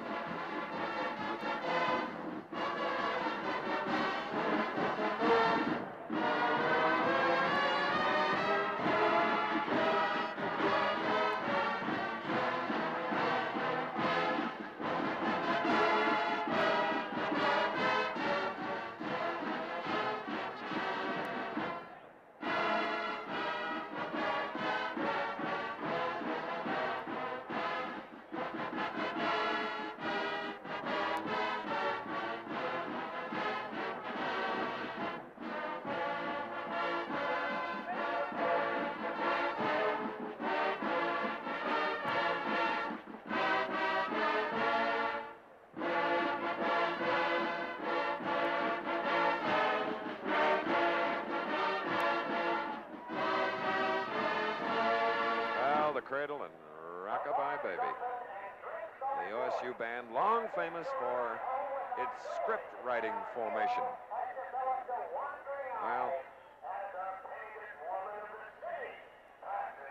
Well, they're going to form a bottle that has an X on it. And you'll hear a little stripper music.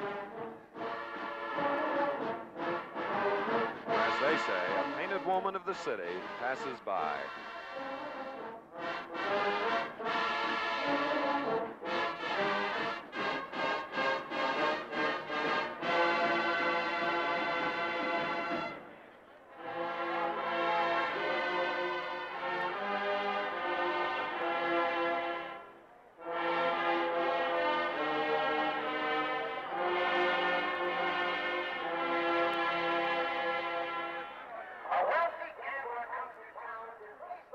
The Michigan-Ohio State game is being brought to you by Chevrolet, building a better way to see the USA. By Schick Incorporated, makers of the new Flexomatic shaver and other fine personal care products. By Goodyear, more people ride on Goodyear tires than on any other kind. And by Holiday Inn, the most accommodating people in the world.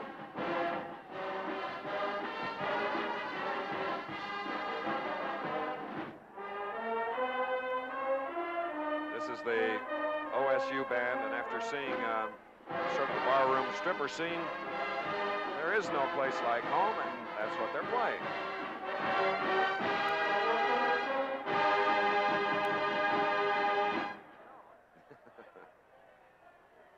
Little drama on the field, lots of music by both bands as the underdog Ohio State Buckeyes, with a record of 8-1, lead undefeated Michigan at halftime 7-3. They're indicating that the moral of this whole story is now to be found that love is what makes the world go round. They like to teach the world to sing.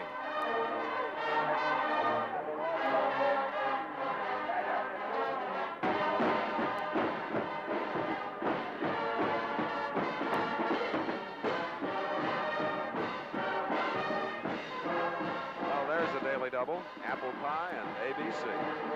Thank you, Walt and Spence.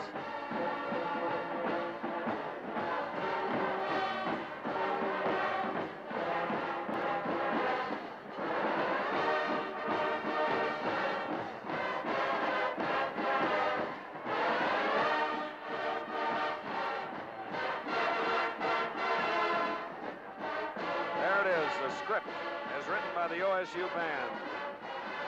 And love.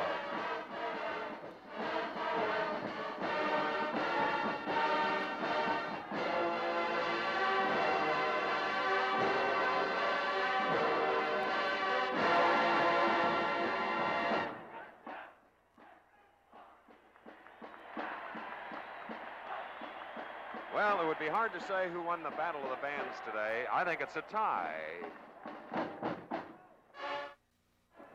We're in Columbus, where Ohio State University is the principal center for undergraduate, graduate, and professional education in the state of Ohio. Founded in 1870, Ohio State's main campus is in Columbus, the state capital, and its 4 regional campuses make instruction available in various areas of the state. Its students number nearly 50,000 and represent every Ohio county, 49 states, and over 70 foreign countries. Ohio State is a comprehensive university, offering on one campus not only programs in the arts and sciences, but programs in all major professional fields. Its 16 colleges and graduate school offer more than 250 individual study programs and over 7,000 courses. While proud of its traditionally fine athletic program, Ohio State is equally proud of its role of providing quality education to the youth of our nation. With me right now is Mr. Bob Lund, General Sales Manager of Chevrolet. And Bob, I know you're very happy to be part of this Ohio State-Michigan tradition on the football field. Well, this is a great day and a great game filled with emotion and tradition, and certainly we at Chevrolet like to feel that we've made a substantial contribution to college football through our sponsorship of the game. We're proud to be here today and proud to bring America collegiate football. Okay, and we'll be looking forward to those Chevrolet Scholarship Awards to the outstanding defensive and offensive players following the game. Now let's go back to Chris Schenkel. Thank you, Bob and Bill. All right, Bill Fleming's alma mater's in the lead. They are trailing, excuse me, Bill. Bill's from Michigan. Ohio State had the choice at halftime, and they chose to receive. All right.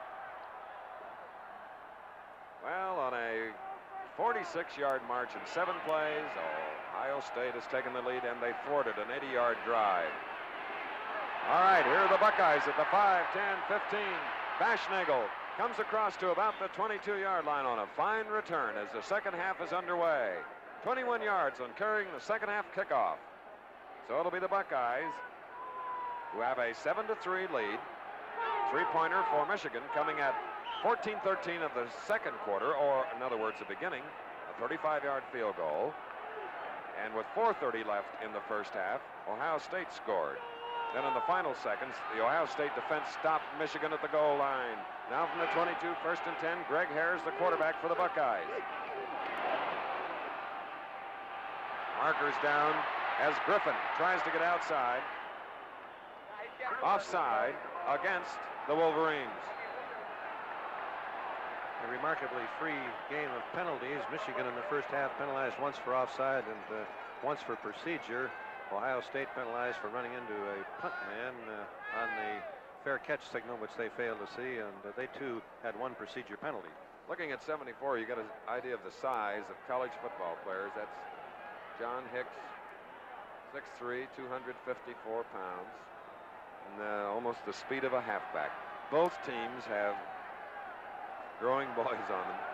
Here's the 5-yard penalty being stepped off against the powerful Wolverines, who come into this game undefeated and hoping for a Rose Bowl bid.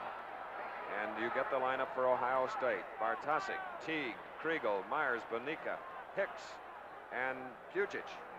And here's the backfield: Hare, Griffin, Galbos, and Henson.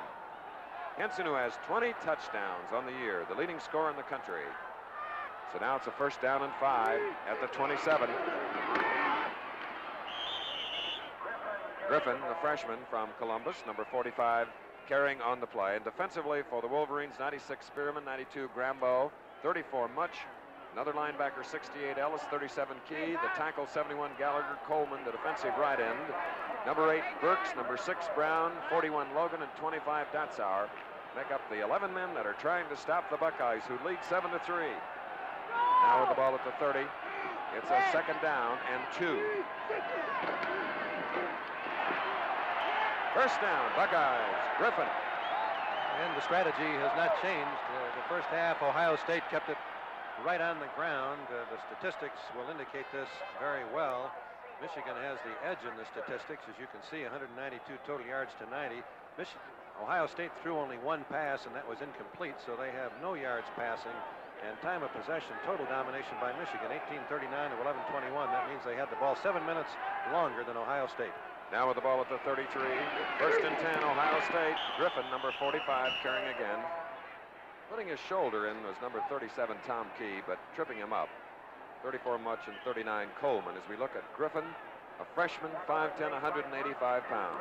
I felt before the game that the team could pass the most successfully would be the team that won, and Michigan had 90 yards passing in the first half, so if that prediction holds on, Ohio State will have to put a little in the air. Well, there was a welcome for our president, Roone Arledge. It was a Phi Gam, right, Bud? Yes, sir. Okay. 2nd and 8.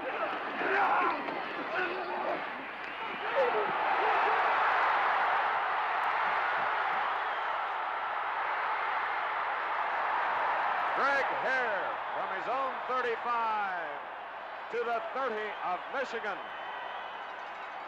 And that has to be one of the best fakes that we've seen all year. Henson coming over the ball brought the whole Michigan defense in with him. I thought, honestly, he did have the ball.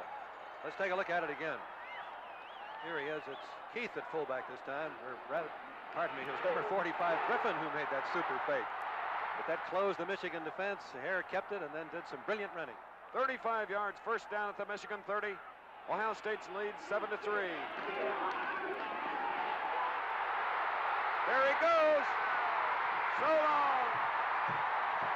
Ohio State touchdown.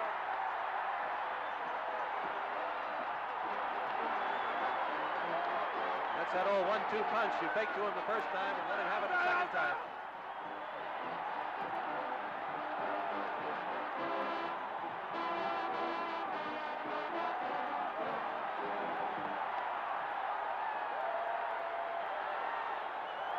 And the battling Buckeyes have gone 78 yards in 6 plays to take a 13-3 lead, and Santa's happy as well.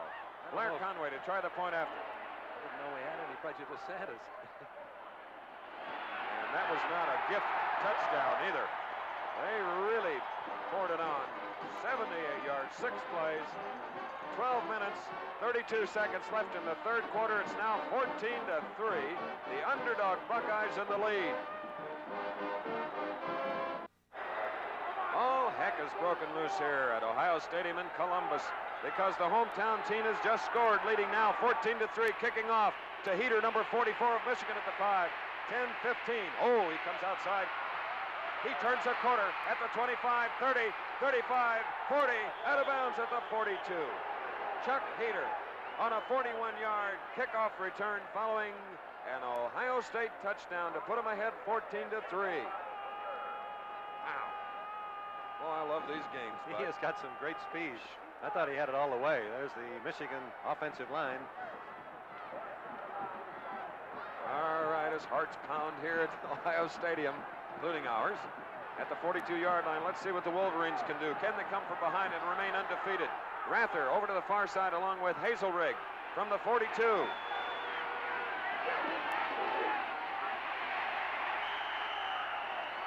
And Dennis Franklin, the quarterback, handing off to one of his backs. Get him for you in just a minute. He is number 30, reserve fullback, Bob Thornblad. He was stopped by Jones and Middleton, those linebackers, at the 46. Made a great drive like Ohio State did to go ahead 14-3. You'd like to make that kickoff tackle way back deep and give him a long way to go, but Michigan wasn't beating that. Great blocking and a great run. Continues to drizzle. 2nd and 6 at the 46 of Michigan. Here's Franklin. Out go the receivers. Heater is open at the 45, first down. Jeff Davis on the tackle. So the Wolverines come storming back. Wolverines scored first at the beginning of the second quarter on a 35-yard field goal. Ohio State came back with 4.5 to go, 46-7, and in the old Oaken Bucket battle, Purdue leads Indiana 7-0. And Franklin continues to have an outstanding day passing, 7 of 10 for 99 yards to give the balance to the Michigan attack. Penn could win the Ivy League championship with an upset over Dartmouth. Excuse me, tie. 43, Hazelrig carrying on the play. That was a 1st and 10 play from the 45, Grandishar. As we look at Coach Wayne Woodrow Hayes, a graduate of Denison in 35, 3 national championships, Coach of the Year twice. Oh, boy. And especially woven rug leading into the dressing room facilities of the Buckeyes.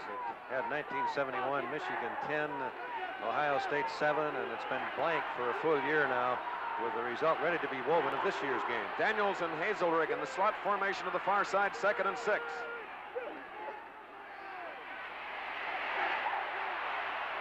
And Dennis Franklin, the sophomore Wolverine quarterback, is stopped by Arnold Jones. And the unbalanced line continues to give Ohio State trouble. Bo Schembechler, who played for Woody Hayes at Miami, graduating in 51.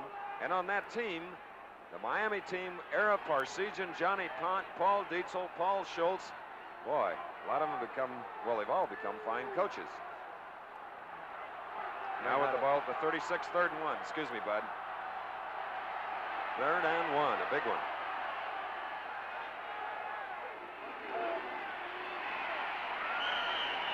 Thornblad gets the Michigan 1st down. And guess who he ran behind? Paul Seymour, number 77, 6'5", 250. The amazingly effective blocking tackle of Michigan.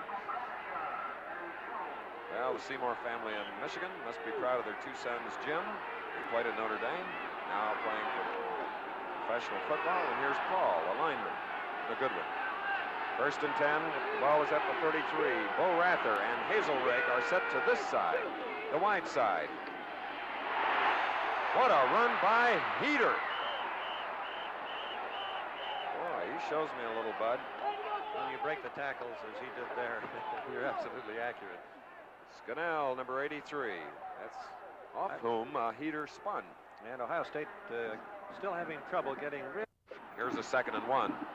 We had a stunt on the last time by Ohio State, and their linebacker went the wrong way. I thought that the play might really pop, but the man coming from the other side broke clean. Paul Seals is the tight end to the far side. The split end to this side is Rather, number 15.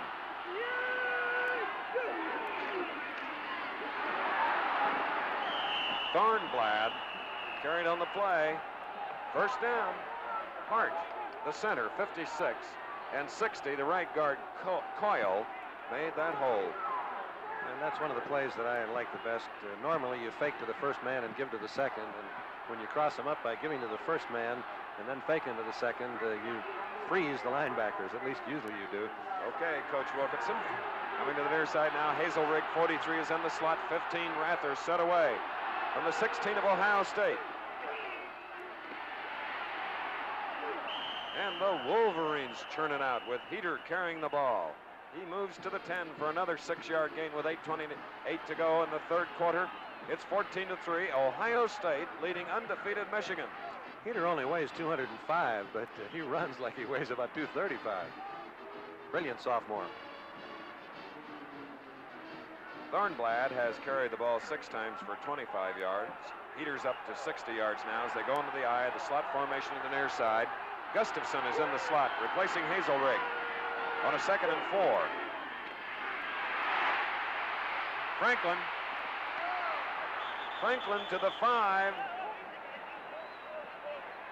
Doug Plank, number 28, on the tackle, and it is 1st and goal. That was a remarkable play. Franklin really didn't have any opening, but by faking the pitch, he split the 2 defenders who were coming up. If they just ignored pitch and played him, they'd have stopped him. A little hard to do, easy to talk about. Oh, those people that trigger these college football offenses, how important. Fellas like Terry Davis. Let's watch Scannell here, who's the defensive end. Pardon me, it's number 88, Decree. And he's in position here, along with the defensive halfback to have made the tackle, but he was worried about the pitch. Here's the 10th play in this drive. 1st and goal. Great defensive play by number 71, Pete Cusick from Lakewood, Ohio. In the first half, at the close of the half, Michigan had moved to a first down at the Ohio State 1.5-yard line, and the Buckeyes stopped them. They have another chance here to put on a great goal line stand. And of course, here at Ohio State, they've been noted for defense for years. And Woody guessing with him, getting people in this time who have speed wide, assuming that Michigan will go wide or throw. Second and goal, Bud, from the 8. As Ohio State leads 14-3, 6:52 to go, third quarter. Rather split to the near side. Franklin faking, throwing. Another terrific defensive play on Thornblad, the fullback, who did catch the pass. Colsey, a sophomore. There he is, number 20. Thornblad is shaken up on the play. Colsey, who made the tackle.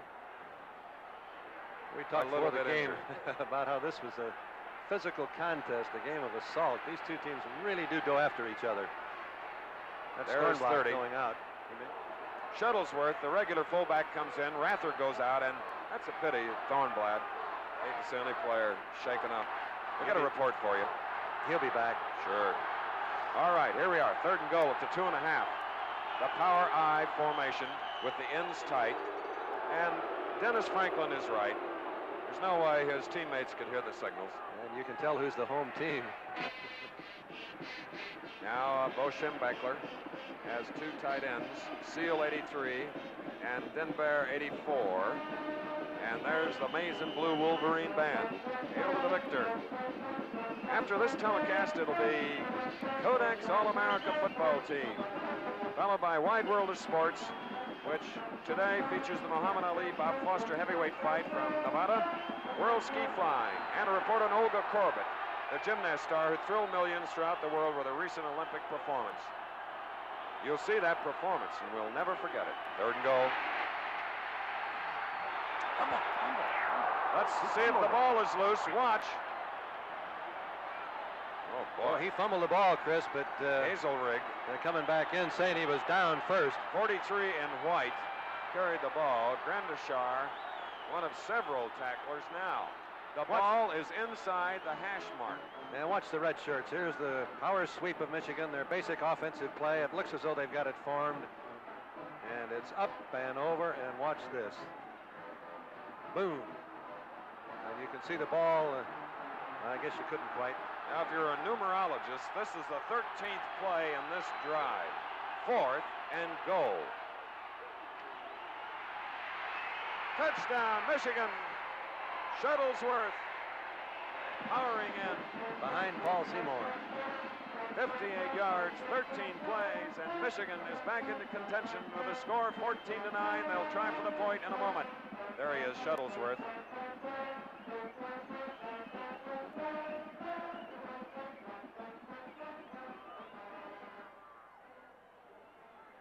The touchdown coming at 4:48 of the third quarter, so friends, don't go away. There's a lot of action yet to come. The game is far from being decided, and there is a lot at stake for these Big Ten schools. And the Big Ten celebrating its 77th year of intercollegiate football. We'll return to it in a moment. And now the Wolverines, who have just scored, making their score 14-9, are going for two. One of the added dimensions of college football, the try for two instead of the automatic conversion. Here we go.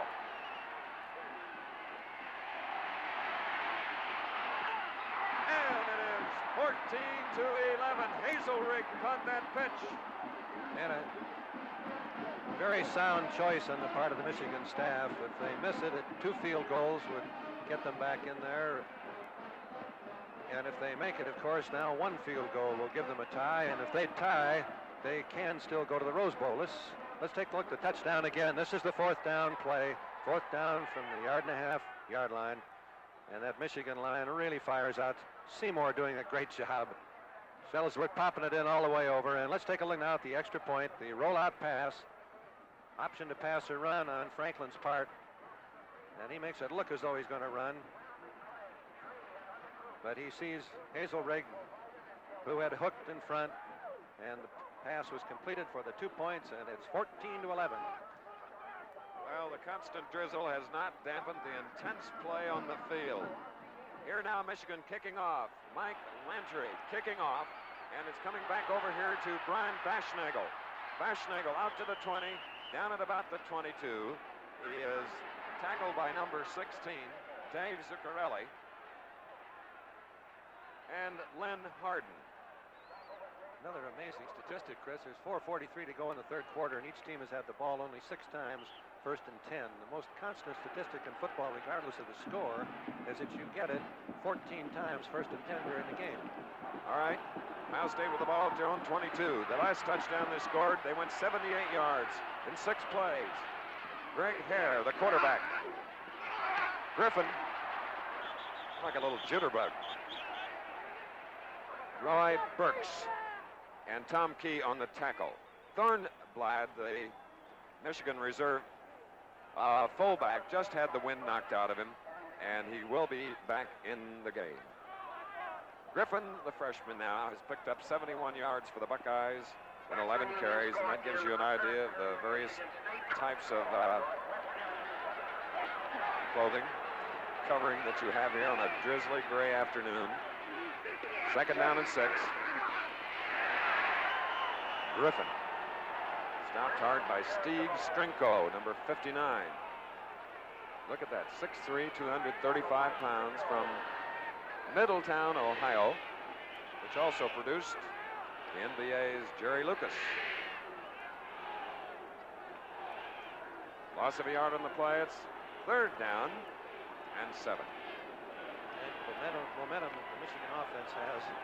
Ohio State certainly wants to keep the ball, a very key play. Dave Hazel split to the far side on 3rd and 7. And the Buckeyes keep it right there in the trenches. Griffin, he is close.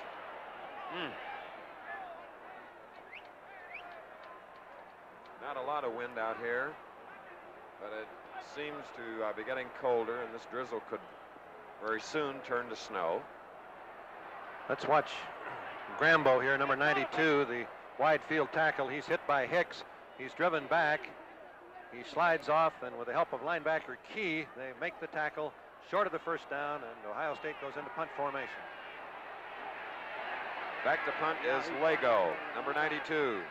We have 2 men going deep for the Michigan Wolverines. The punt is at the 35, and very brave Dave Brown, number 6. A marker goes down. Ooh, Jim Hicks, number 74 in red, he's beefing. Complained perhaps again that he didn't hold his hand up. Did you see a hand, Bud? If he held it up, it was just really momentarily, honestly. I didn't see it up there with any clear signal. Let's see it again. Hey, Ma, he didn't signal. There he is looking for it, and I don't see the hand up at all. Here's the reception, and well, he didn't give him a yard. He's got to give him a yard in which to catch the ball. He was right on top of him as he made the catch. All right. Boy, that is a Wolverine break. They get the ball at the 49, their own. They've scored last and then went for 2. The score is now 14-11, 2:40 to go, third quarter.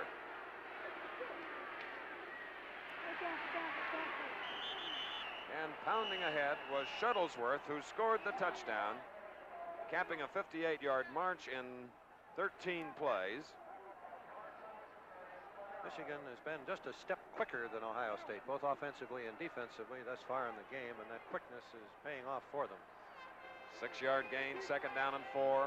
Ohio State still leading 14-11, 15 rather, and 48 Gustafson go to the far side. It's the eye in the backfield. Shuttlesworth and Heater.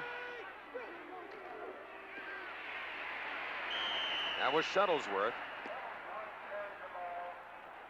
Arnold Jones was right with him. See him getting up, number 42, and 83 Mike Scannell, who's played quite a game. He's from Sylvania, Ohio.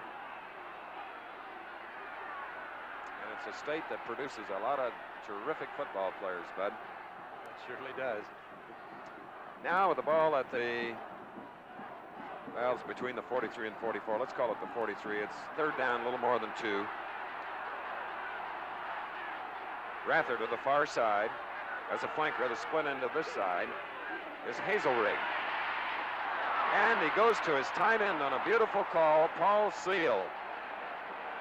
That was a nifty call. First down, Michigan. And just enough of a running move by Franklin, who has been running the option effectively, to bring the Ohio State linebacker up to open it for Seal. He found the lane.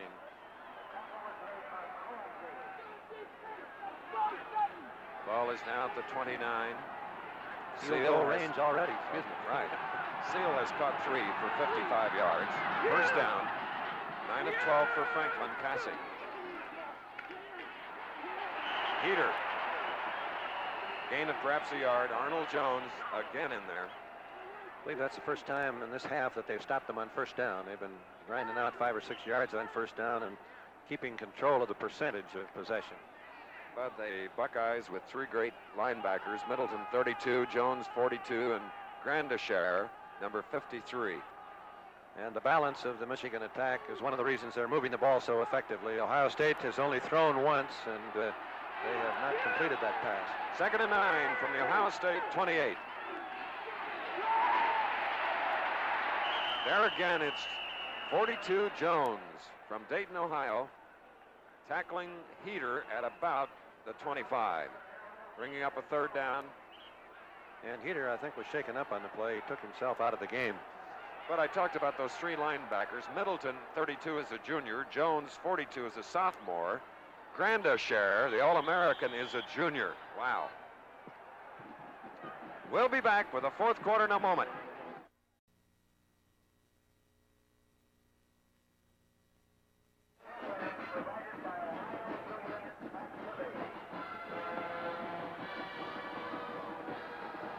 On a drizzly day, 87,187 watch as Michigan begins the 4th quarter, 3rd and 5 at the Ohio State 24, trailing 14-11. Wow.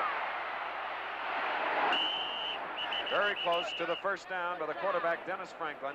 Rich Parsons from Cayuga Falls, Ohio, in on the play defensively for the Buckeyes. It's going to be close to that first down. Let's see where they spot it. Look to the far side. That was a 3rd down play, don't forget. That gives us that other dimension that we mentioned earlier, Chris, in the first half. Yes. If you're a championship team, you got to feel you can make a yard, and they're not going to take the field goal. They're going to try to make that yard. Yeah, it's a little less than a yard. On 4th down now, the Wolverines, who trail by 3, 14-11. They didn't make it. Shuttlesworth, the fullback, and the linebacker shooting the gap, Middleton and Jones. The last 3 critical first down situations, Michigan has gone over their great blocking tackle, Seymour. That time, Ohio State shot the gap on both sides, and Seymour can't block 2 of them. Let's watch it again. There he is, 32. You'll see him coming from the right of the screen. And he came home absolutely clean to meet Shuttlesworth in the backfield. A big play for State. All right, now with the ball at the 21 of OSU, the Buckeyes with a slot formation on the near side. They lead 14-11. Dave Hazel is the split end. Hare keeps it on the ground, giving to Archie Griffin, the freshman. A lot of big folks on the field. There's quite a variety coming up. Remember Olga Corbett in the Munich games, delighting us all? Well, she sustained an injury this week in Russia, and we'll have her not only a report on her condition, but we'll show you many of her performances that delighted millions here in this country. That's on Wide World of Sports at 5 Eastern Time, plus Muhammad Ali, Bob Foster heavyweight fight, and World Ski Fly. Right now, let's fly down on the field here on a 2nd down and 10. An interception. Randy Logan, the All-America. Intercepting Hare. That's only the 2nd pass thrown by Ohio State. And only the 8th interception of the year on Hare or Ohio State. The 17th for the Wolverines. He really hung it out. Let's watch Hare. Let's watch Logan, number 41, as he moves across. Hare was rolling out, and he really didn't drill the ball at all. It came in very softly. Logan was in front. The Wolf of Michigan making a key interception. And the ball will next be snapped from the Ohio State 29, Michigan with it. Yes, sir. 13:32 left in the game. 14-11 Ohio State. Michigan has just intercepted. They have the ball at the 29 of the Buckeyes. First down. Franklin. And Dennis moves to about the 26 on the play, met by Rich Parsons and Rick Middleton. Logan is the rover man. They call him the wolf in the Michigan defense, and this is how a rover ought to play. That's Galbos coming out. He gives Galbos a very good wrap. Reads pass, goes right with him. He's covered deep with a defensive safety man, and he simply moves over in front of Galbos to make the interception. None of the fans have left this stadium, even though it's rained from the start. It's a second down and 7 for the favored Wolverines. There's the pitch to Heater. A block by Shuttlesworth. And a defensive move by the Buckeyes. 53 Grandishar, 42 Jones, those linebackers. Wow. And they'll be back next year on the Ohio State campus. Notice how you see number 13, Larry Sippa, warming up on the far sideline for the Wolverines. Okay, with the ball now just across the 25. Let's call it third down and 6. Franklin is 9 of 12 throwing. Beautiful to that tight end once more. Paul Seal on a Raymond Berry type catch as Middleton is over there and looks shaken up. He paid the price, but he made the first down. Let's watch him again. 6'6", 213-pound Paul Seal. Ohio State in a rush. Man-for-man defense. Seal making the break and getting a little bit of an assist from the umpire, who shook Plank off momentarily. Ball is covered by a towel just between the hash marks 19 and 18. Let's call it 19. For Michigan, first and 10, slot formation to the near side. And Banks, the deep back, number 20, a junior from Cleveland, carried on the play. Remember, this drive was made possible by an interception by Randy Logan. Logan was injured. He has a pinched nerve in his neck, and the Wolverine folks feel that he'll be back in the game. All right, the carry now is to the 9, a second down and, less than a yard. Rather and Hazelrig to this side of the field. First down, powerful Ed Shuttlesworth, the junior fullback. The passing of Michigan thus far has been key in their ability to move the ball. All right, Middleton on that stop, along with Shad Williams. And the ball is just short of the 5 with a first and goal for the Wolverines. Wolverines scored first on a 35-yard field goal. Ohio State came back driving 46 yards, then 78 yards, and then Michigan went 58 yards. And they went for 2 and got it. It's 14-11.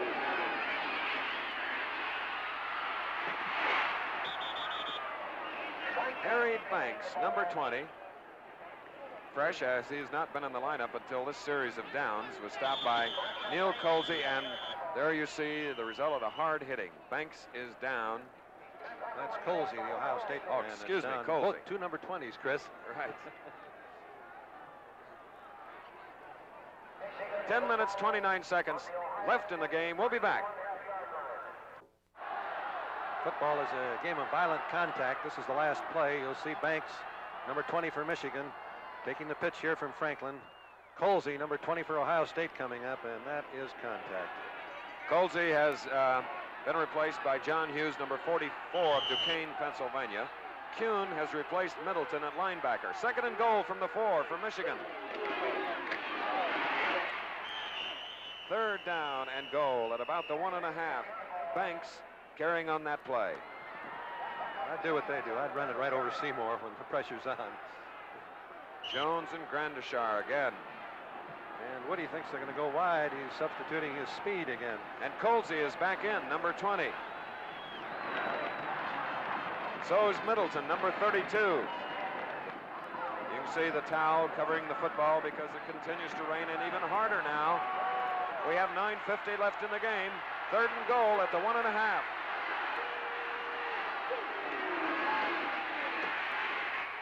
And Ohio State, let's see what the play, if the whistle blew on Banks at the just short of the goal line. Can Ohio State do it again? Well, there's 4th down coming up. Let's watch it again. Banks really hits this one with some authority. And then he keeps his feet after he stopped. I don't know how you can come out of a mass like that. But he was stopped just short of the goal line, then spun out around, keeping his feet, but he did not score. 4th down, goal to go. Ohio State has held twice on 4th downs. Here's the 3rd. Let's see what the Wolverines will do. All right. Oh, is this close? Holy mackerel. He didn't make it. He didn't make it, Chris. Okay. What a goal line stand. Ground-oriented football. Trying to keep free of errors as Middleton, Jones, Grandishar, those linebackers we were talking about, they are superb. And the most amazing statistic, Chris, that we've had all year, with 8 minutes and 53 seconds remaining, Michigan has had possession of the ball in this game 37 minutes and 18 seconds. Ohio State has had the ball only 14 minutes and 49 seconds. That's amazing ball possession. And you look at the scoreboard, you're behind by 3 points. Can't believe it. So from just across the goal line, power T from the backfield, getting out of that sticky territory. Randy Keith, number 4, carrying on the play. Strinko. Quarterback sneak by Franklin, and you can see number 53, Gradishar, shooting the gap, hitting Franklin in the backfield to prevent the touchdown. Let's look at it again from another angle. He's trying to find that little gap in there, but there just is no gap. What a game. John Smyrda from Allentown, 85, is in at tight end as they go to the straight tee on 2nd and 9 from their own 2. Ohio State leading 14-11. Turning it out as a marker is dropped on the far side. And I think that's a big, big break for Ohio State because Michigan offside again. Right.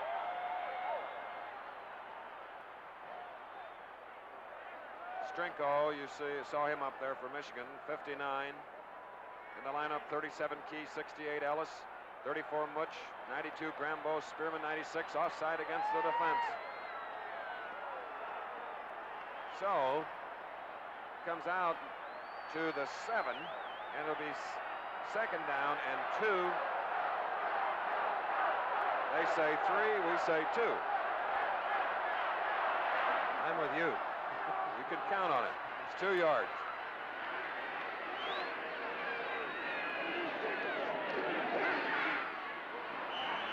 Little yardage by Randy Keith, the Ohio State reserve fullback.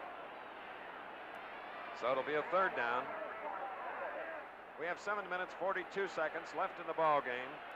Remember, a tie could send the Wolverines to the Rose Bowl, but Ohio State must win.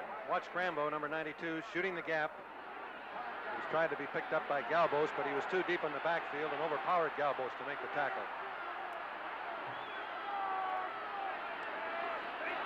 38 Henson is back in the lineup. 3rd down and about 2. 4th down coming up as a Wolverine defense led by Walt Sexton, 55 of Massapequa, Long Island, is in on the play. And there's Coach Woody Hayes. And his pulse is beating. Well, I guess. Plenty of time. Coming up to the 7-minute mark of this ball game. Now we have 2 Wolverines going back. Number 6 is Brown. Sacarella is the other, and there's Coach Hayes of Ohio State. Lego, 92, punting from his own end zone. Gets the kickoff in the rain. Good field position for Michigan. Brown has it, and he is down at the 37. So the Michigan Wolverines, with 6:37 to go and trailing 11-14, will get the ball at the 37. Okay, back again where excitement prevails. 6:37 to go in the ball game as it drizzles. It's underdog Ohio State leading 14-11. And for Michigan, they have now have the ball at the Ohio State 37 with a first down. And if they can tie, or win, of course, they win the Big Ten title and a Rose Bowl invitation. We've had only one turnover in the game, an interception. There's been one fumble, but that was recovered by Franklin of Michigan. Error-free game. It's Franklin handing off to Ed Shuttlesworth, 227-pound fullback, who has alternated with Thornblatt at that position today. Mike Scannell, number 83, and defensively along with guess who? Number 42, the sophomore middle linebacker. Here are the Wolverines, the men up front. 60, Coyle, 61, Hogan, 56, Hart, Coode, 73, and Seymour, 77. Franklin, number 9. At 10 of 13 feet. Second down and 6.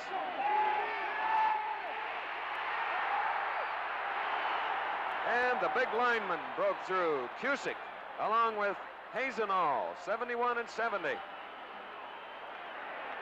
was the draw play, draw fake on the rollout, and Ohio did not take the fake, and what a key play.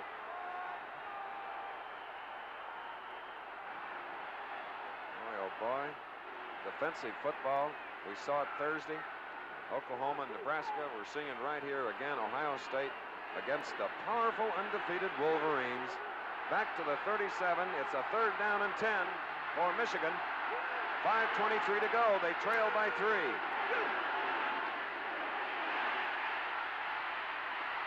Rather. Covering and leaping was Neil Colsey, number 20. And a great coverage on him, his part. Boy, he was on him all the way. And magnificent protection by the Michigan line. Ohio playing pass, trying to rush, but Franklin had as much time as he needed back there. The coverage was just too good. Now, Bud, 4th down and 10. At this point, Chris, I think I'd punt. Yes, there's time. 5 minutes and 14 seconds to go. Ohio State leading 14-11. I guess we're not going to get any punt here. The reason I was thinking punt was you're going to back Ohio way up. If you don't make it here, Ohio's got the ball with field position. Okay.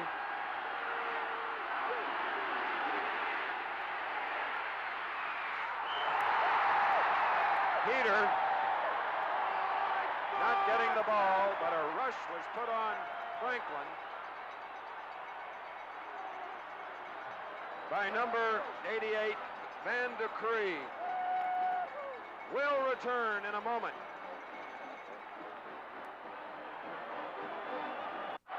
The drizzle cutting across the field here in Ohio as for the 4th time the Ohio State defense has held Michigan.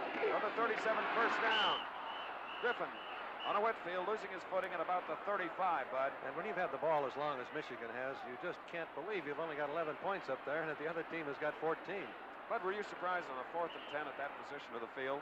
Going for it? Well, with the clock running out, I'm sure that in the press box they thought that they could get the against-the-grain pass open, but 10 yards is a reasonably long distance to go, and a punt would have put them, Ohio State, way back deep, where if they don't move it, Michigan's got good field position when they get the ball again. Because a tie for Michigan can take the title and a bowl invitation. All right. Out here in the flat, 2nd and 12. Griffin. First down, Buckeyes. Well, I'll guarantee you that's something Bo Schoenbecker in Michigan did not expect to see Ohio State throw their 3rd pass of the afternoon at that point in time. Now it's snowing in Ohio Stadium. Let's watch it again. This is Key, number 37. It's a little swing pass to Griffin. Key is trying to stay with this brilliant freshman. He's been popped around a little bit, and he didn't have quite speed enough to get to him. Bartasic to the far side at the 48 of Michigan. First down, Ohio State. 4 minutes about remaining in the game, and Griffin is nailed at the line. He did what he wanted him to do, stay in bounds. All right, the clock is running. 3:55 to go. 14-11. Ohio State is in the lead. If they win, they get a share of the Big Ten title, but they get all of the Rose Bowl invitation. Getting back to that 4th down and 10 call, Chris, you can tell Michigan is wanting to win this game. And that's a spirit I always admire. Okay. So now, 2nd down and 10 for the Buckeyes. Clock is running, 3.5 minutes to go. They lead by 3. And number 4, Randy Keith, stopped by Grambo. Coach Hayes talking to number 87, Bartasic. He's their split end. Now he comes into the lineup, replacing number 82, Dave Hazel. On a third down, let's see, the ball is at the 46. It's a third down and 8. Time getting very crucial for Michigan. Second and 2:55 to go, and wow, forcing them out of bounds, the Wolverines. Galbos. And we may get a penalty here, I'm not sure. Tom Key, Yeah, we did. 37. We did, an unnecessary roughness penalty against the Wolverines for hitting the man when he was out of bounds, and that gives an all-important first down to the Buckeyes. Well, Bo Schembachler has beaten his teacher twice. Woody Hayes has defeated his pupil only once. Here's Key again. Let's watch the play. This is the preceding play in which they got the penalty. Key makes the tackle. The ball carrier's down, and you can see the pop. Here's Grambo, number 92. He's chasing, and here he comes.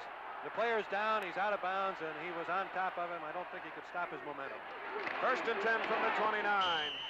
And the Wolverines trying to stop the nation's leading scorer with 20 touchdowns, Harold Henson. Strinko was one along with Dave Gallagher, number 71, the defensive right tackle. The announcement made to the fans here. There are 87,000 of them, the second largest crowd ever to see a game in this historic stadium. And we would like to invite you to watch Wide World of Sports today, the Muhammad Ali Foster bout, ski flying championships, and all the grace and beauty of gymnastics. Olga Korbut, the little Russian. That was a second down play. Galbos carrying the ball. Burks, number 8, making the tackle. Time left. Coming up to the 2-minute mark, Bud. He's got very sure hands. I didn't expect Hare to pitch those two laterals at this point in time. I'd like to remark, too, Chris, about the artificial turf. It's been raining and drizzling all afternoon, and the footing is still exceptionally good because of the artificial turf. Third down and 12. Less than 2 minutes to go. Ohio State trying to protect its 3-point lead. Third. Fourth down coming up. Griffin carrying.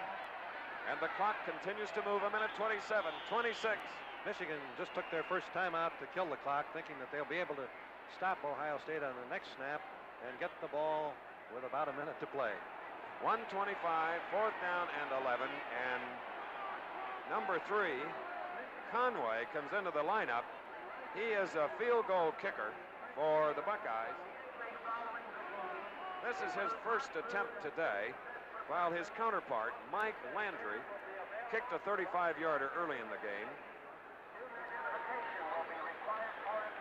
All right, there's a look at him. Middlebury Heights product. He's a junior, 153. He's hit on 4 of 7 coming into this game. Now, the line of scrimmage is the 30. So this kick is going to be about 47 yards long. I watched him yesterday in practice. If he hits it the way he can hit it, he's got plenty of range. He has a following wind.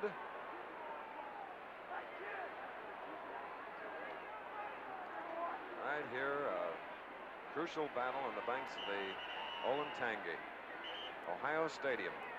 From your coach here, Chris, you're thinking, goodness, I hope he gets the snap back there good, and I hope nobody breaks through to block it, because that can really change it. Those are the things you worry about. Week from today should be quite a battle here on ABC.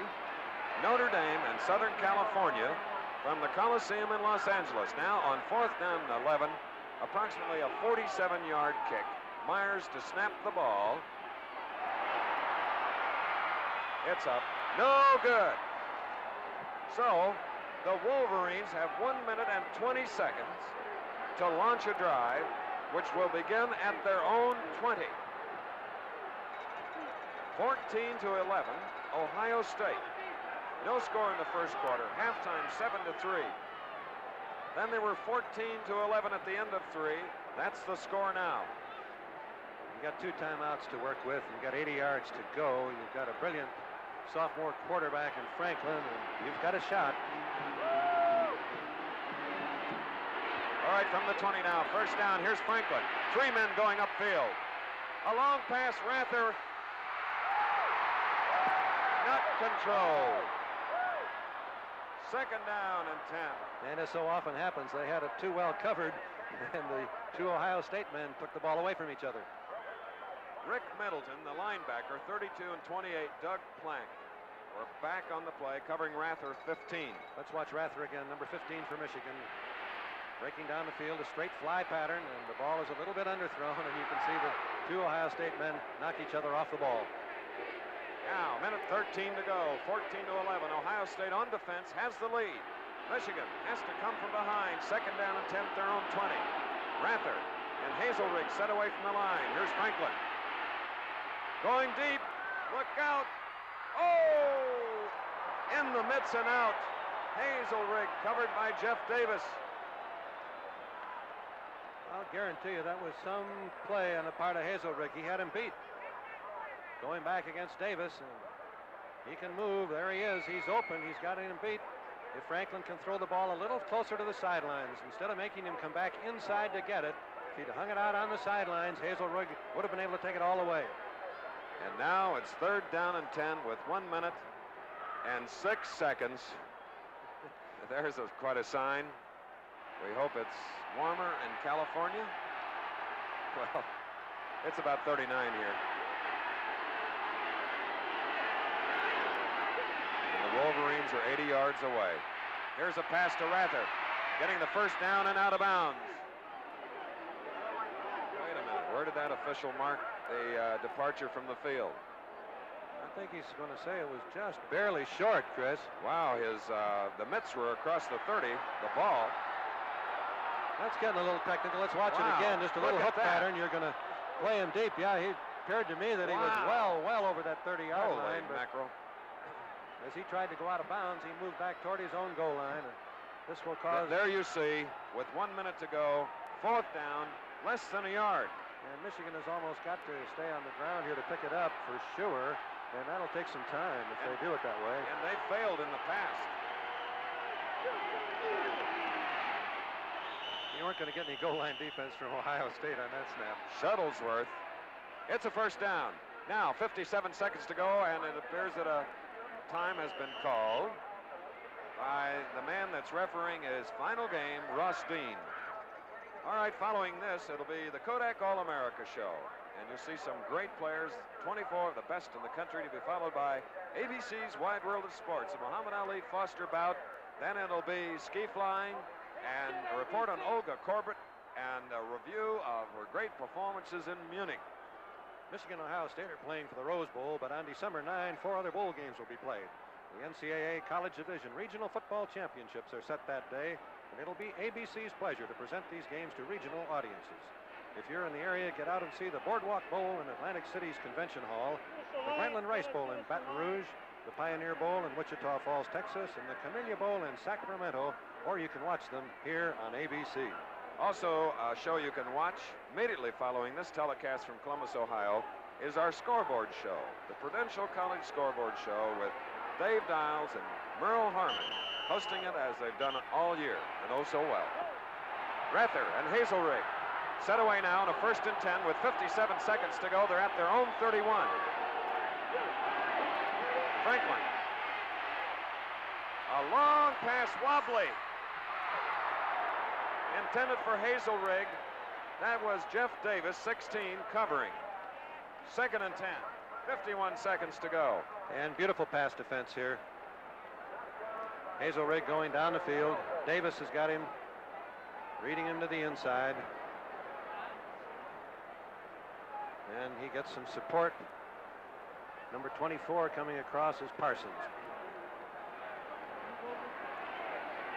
Well, there's a defense you have to salute. Going against an undefeated team, Michigan 10-0 and ranked number 3 in the country. They've been brilliant. I like Michigan's pass protection too, and Ohio State knows they're going to be throwing the ball, and they're doing everything they can to get around them. They so far protected Franklin. 2nd and 10. Rather out of bounds at about the 45. First down. Time on the clock, 46 seconds. And now, what Michigan must do to get a share of the Big Ten title and an invitation to the Rose Bowl is tie. This time the sprint out by Franklin was toward the top of your screen and rather just ran a little out pattern. The end and the corner man had to stay up, and it left him open in front of the halfback, Davis. 46 seconds. At the 45 of Michigan, first down. Here's Franklin. Oh, there's a pressure on him. Rather, he's at the Ohio State 41. Colsey covering. 40 seconds to go, Bud. And Ohio State went with the rush that time, the blitz, as you could see. But once again, the Michigan linemen picked up every one of the linebackers as they came in. And Franklin, rolling out, was running away from the rush anyway. To just project a bit, Michigan has a kicker, Mike Landry, a Vietnam veteran, who missed a couple in the Purdue game, but he made the one that won the game for him against the Boilermakers. And he is waiting in the wings if they can get close enough. With 40 seconds to go, it's a 1st and 10 at the Ohio State 41. And they've got one timeout remaining, so they could throw something into the field. Going deep through the hands of senior Bo Rather of Sandusky, Ohio. 2nd and 10. Colsey covering on the play. There he is, number 20. There's Rather, 15. I'll guarantee this last minute has seemed like 15 to Woody Hayes. Well, Bud, 2 exciting games like this in 1 week is a little taxing. And that's what tradition fun. and college football excellence can achieve for you. There you see it, 34 seconds. The score is on the left, 14 to 11. 2nd down and 10. The line of scrimmage at the Ohio State 41. Ooh. In the eye in the backfield, a flanker. Split in. Franklin. He's going to run it. No gain. Rick Middleton on the play. The clock is running. 25 seconds to go. 24, 23, 22, 21. They're lining up in a hurry. 18 seconds to go. 3rd down and 10. That was intended for Hazelrig. That was intended to kill the clock. Yeah.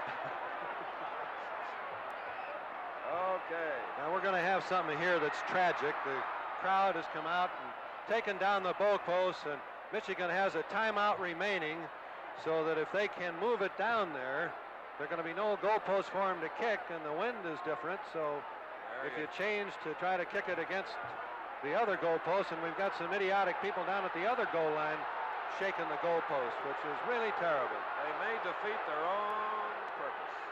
Boy, oh boy. The stadium police are moving in and getting the folks away, but it's too late. As you see, the goalposts are gone. I was wondering a little bit when I saw those wooden goalposts extended over the normal bend that you can see in the... And look at the people at the opposite end just waiting for a souvenir. Coach Woody Hayes tried to go down. He's a courageous man to help stop. And down at the opposite end, we have Big John Hicks. Well, listen, I wouldn't square off with him, especially with a face guard and a helmet on, or even with it off. That's what's left. You can see the bar. If they had just left the aluminum goalposts there, they might have taken all of that down, but there wasn't any wood there to take home. They put sort of false goalposts you can see out of wood in front of it. No, I've seen Bill Friel and I, this is our 422nd television game together. And we've seen a lot of things like a game ended early, Cleveland and New York, but never anything like this where the possibility, well, nevertheless, here it is. A big 4th down. And there you have it. Hayes and all mix the tackle on Franklin, and the Ohio State defense is being deluged by youngsters. And when the ball changes hands, the clock stops, so there's 6 seconds remaining on the clock, but I would guess the officials had assumed Ohio State could run a safe quarterback sneak and run the clock out. So this will be the 2nd time on television that we have seen the early ending to a game because of what the picture tells you. Bo Schlembecker would like to see one more play. I can see him over there getting the crowd off the field. Looks like they're going to have one more play, I believe. The other goalposts are down also, but that's not going to make much difference at this point in time. The home crowd, their team has a 14-11 lead with 6 seconds left on the clock, and for the 5th time they have held on downs against an undefeated and number 3 ranked Michigan team, Bud. Those 2 goal line stands were really magnificent, and they made the difference. We've got the field cleared now, and we're going to get a quarterback sneak of 6 seconds by the quarterback for Ohio State, Greg Hare, and that's look at Jim John Hicks going out there, and maybe he says we won, and just try to come across me, and I guarantee you won't get there. Of course, you can always wonder, Bud, that say on 4th down and the goalpost had been up, it'd have been a long one of 60 yards, but, well, I don't know. All the excitement. What a way to spend a Saturday afternoon, NCAA college football.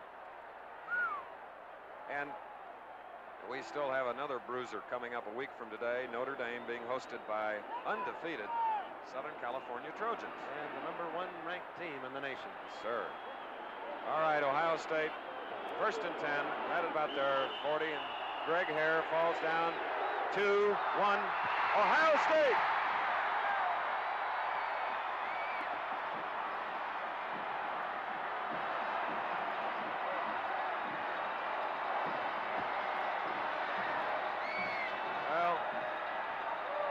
I hope they keep it in the good spirits that you see right now. Thousands of students out on the field swarming over their heroes who with a Big 1 record have won it all. They do have to share the Big 10 title, but it's a trip to the Rose Bowl January 1st. And even though they're sharing it, they beat the team they're sharing it with. Right.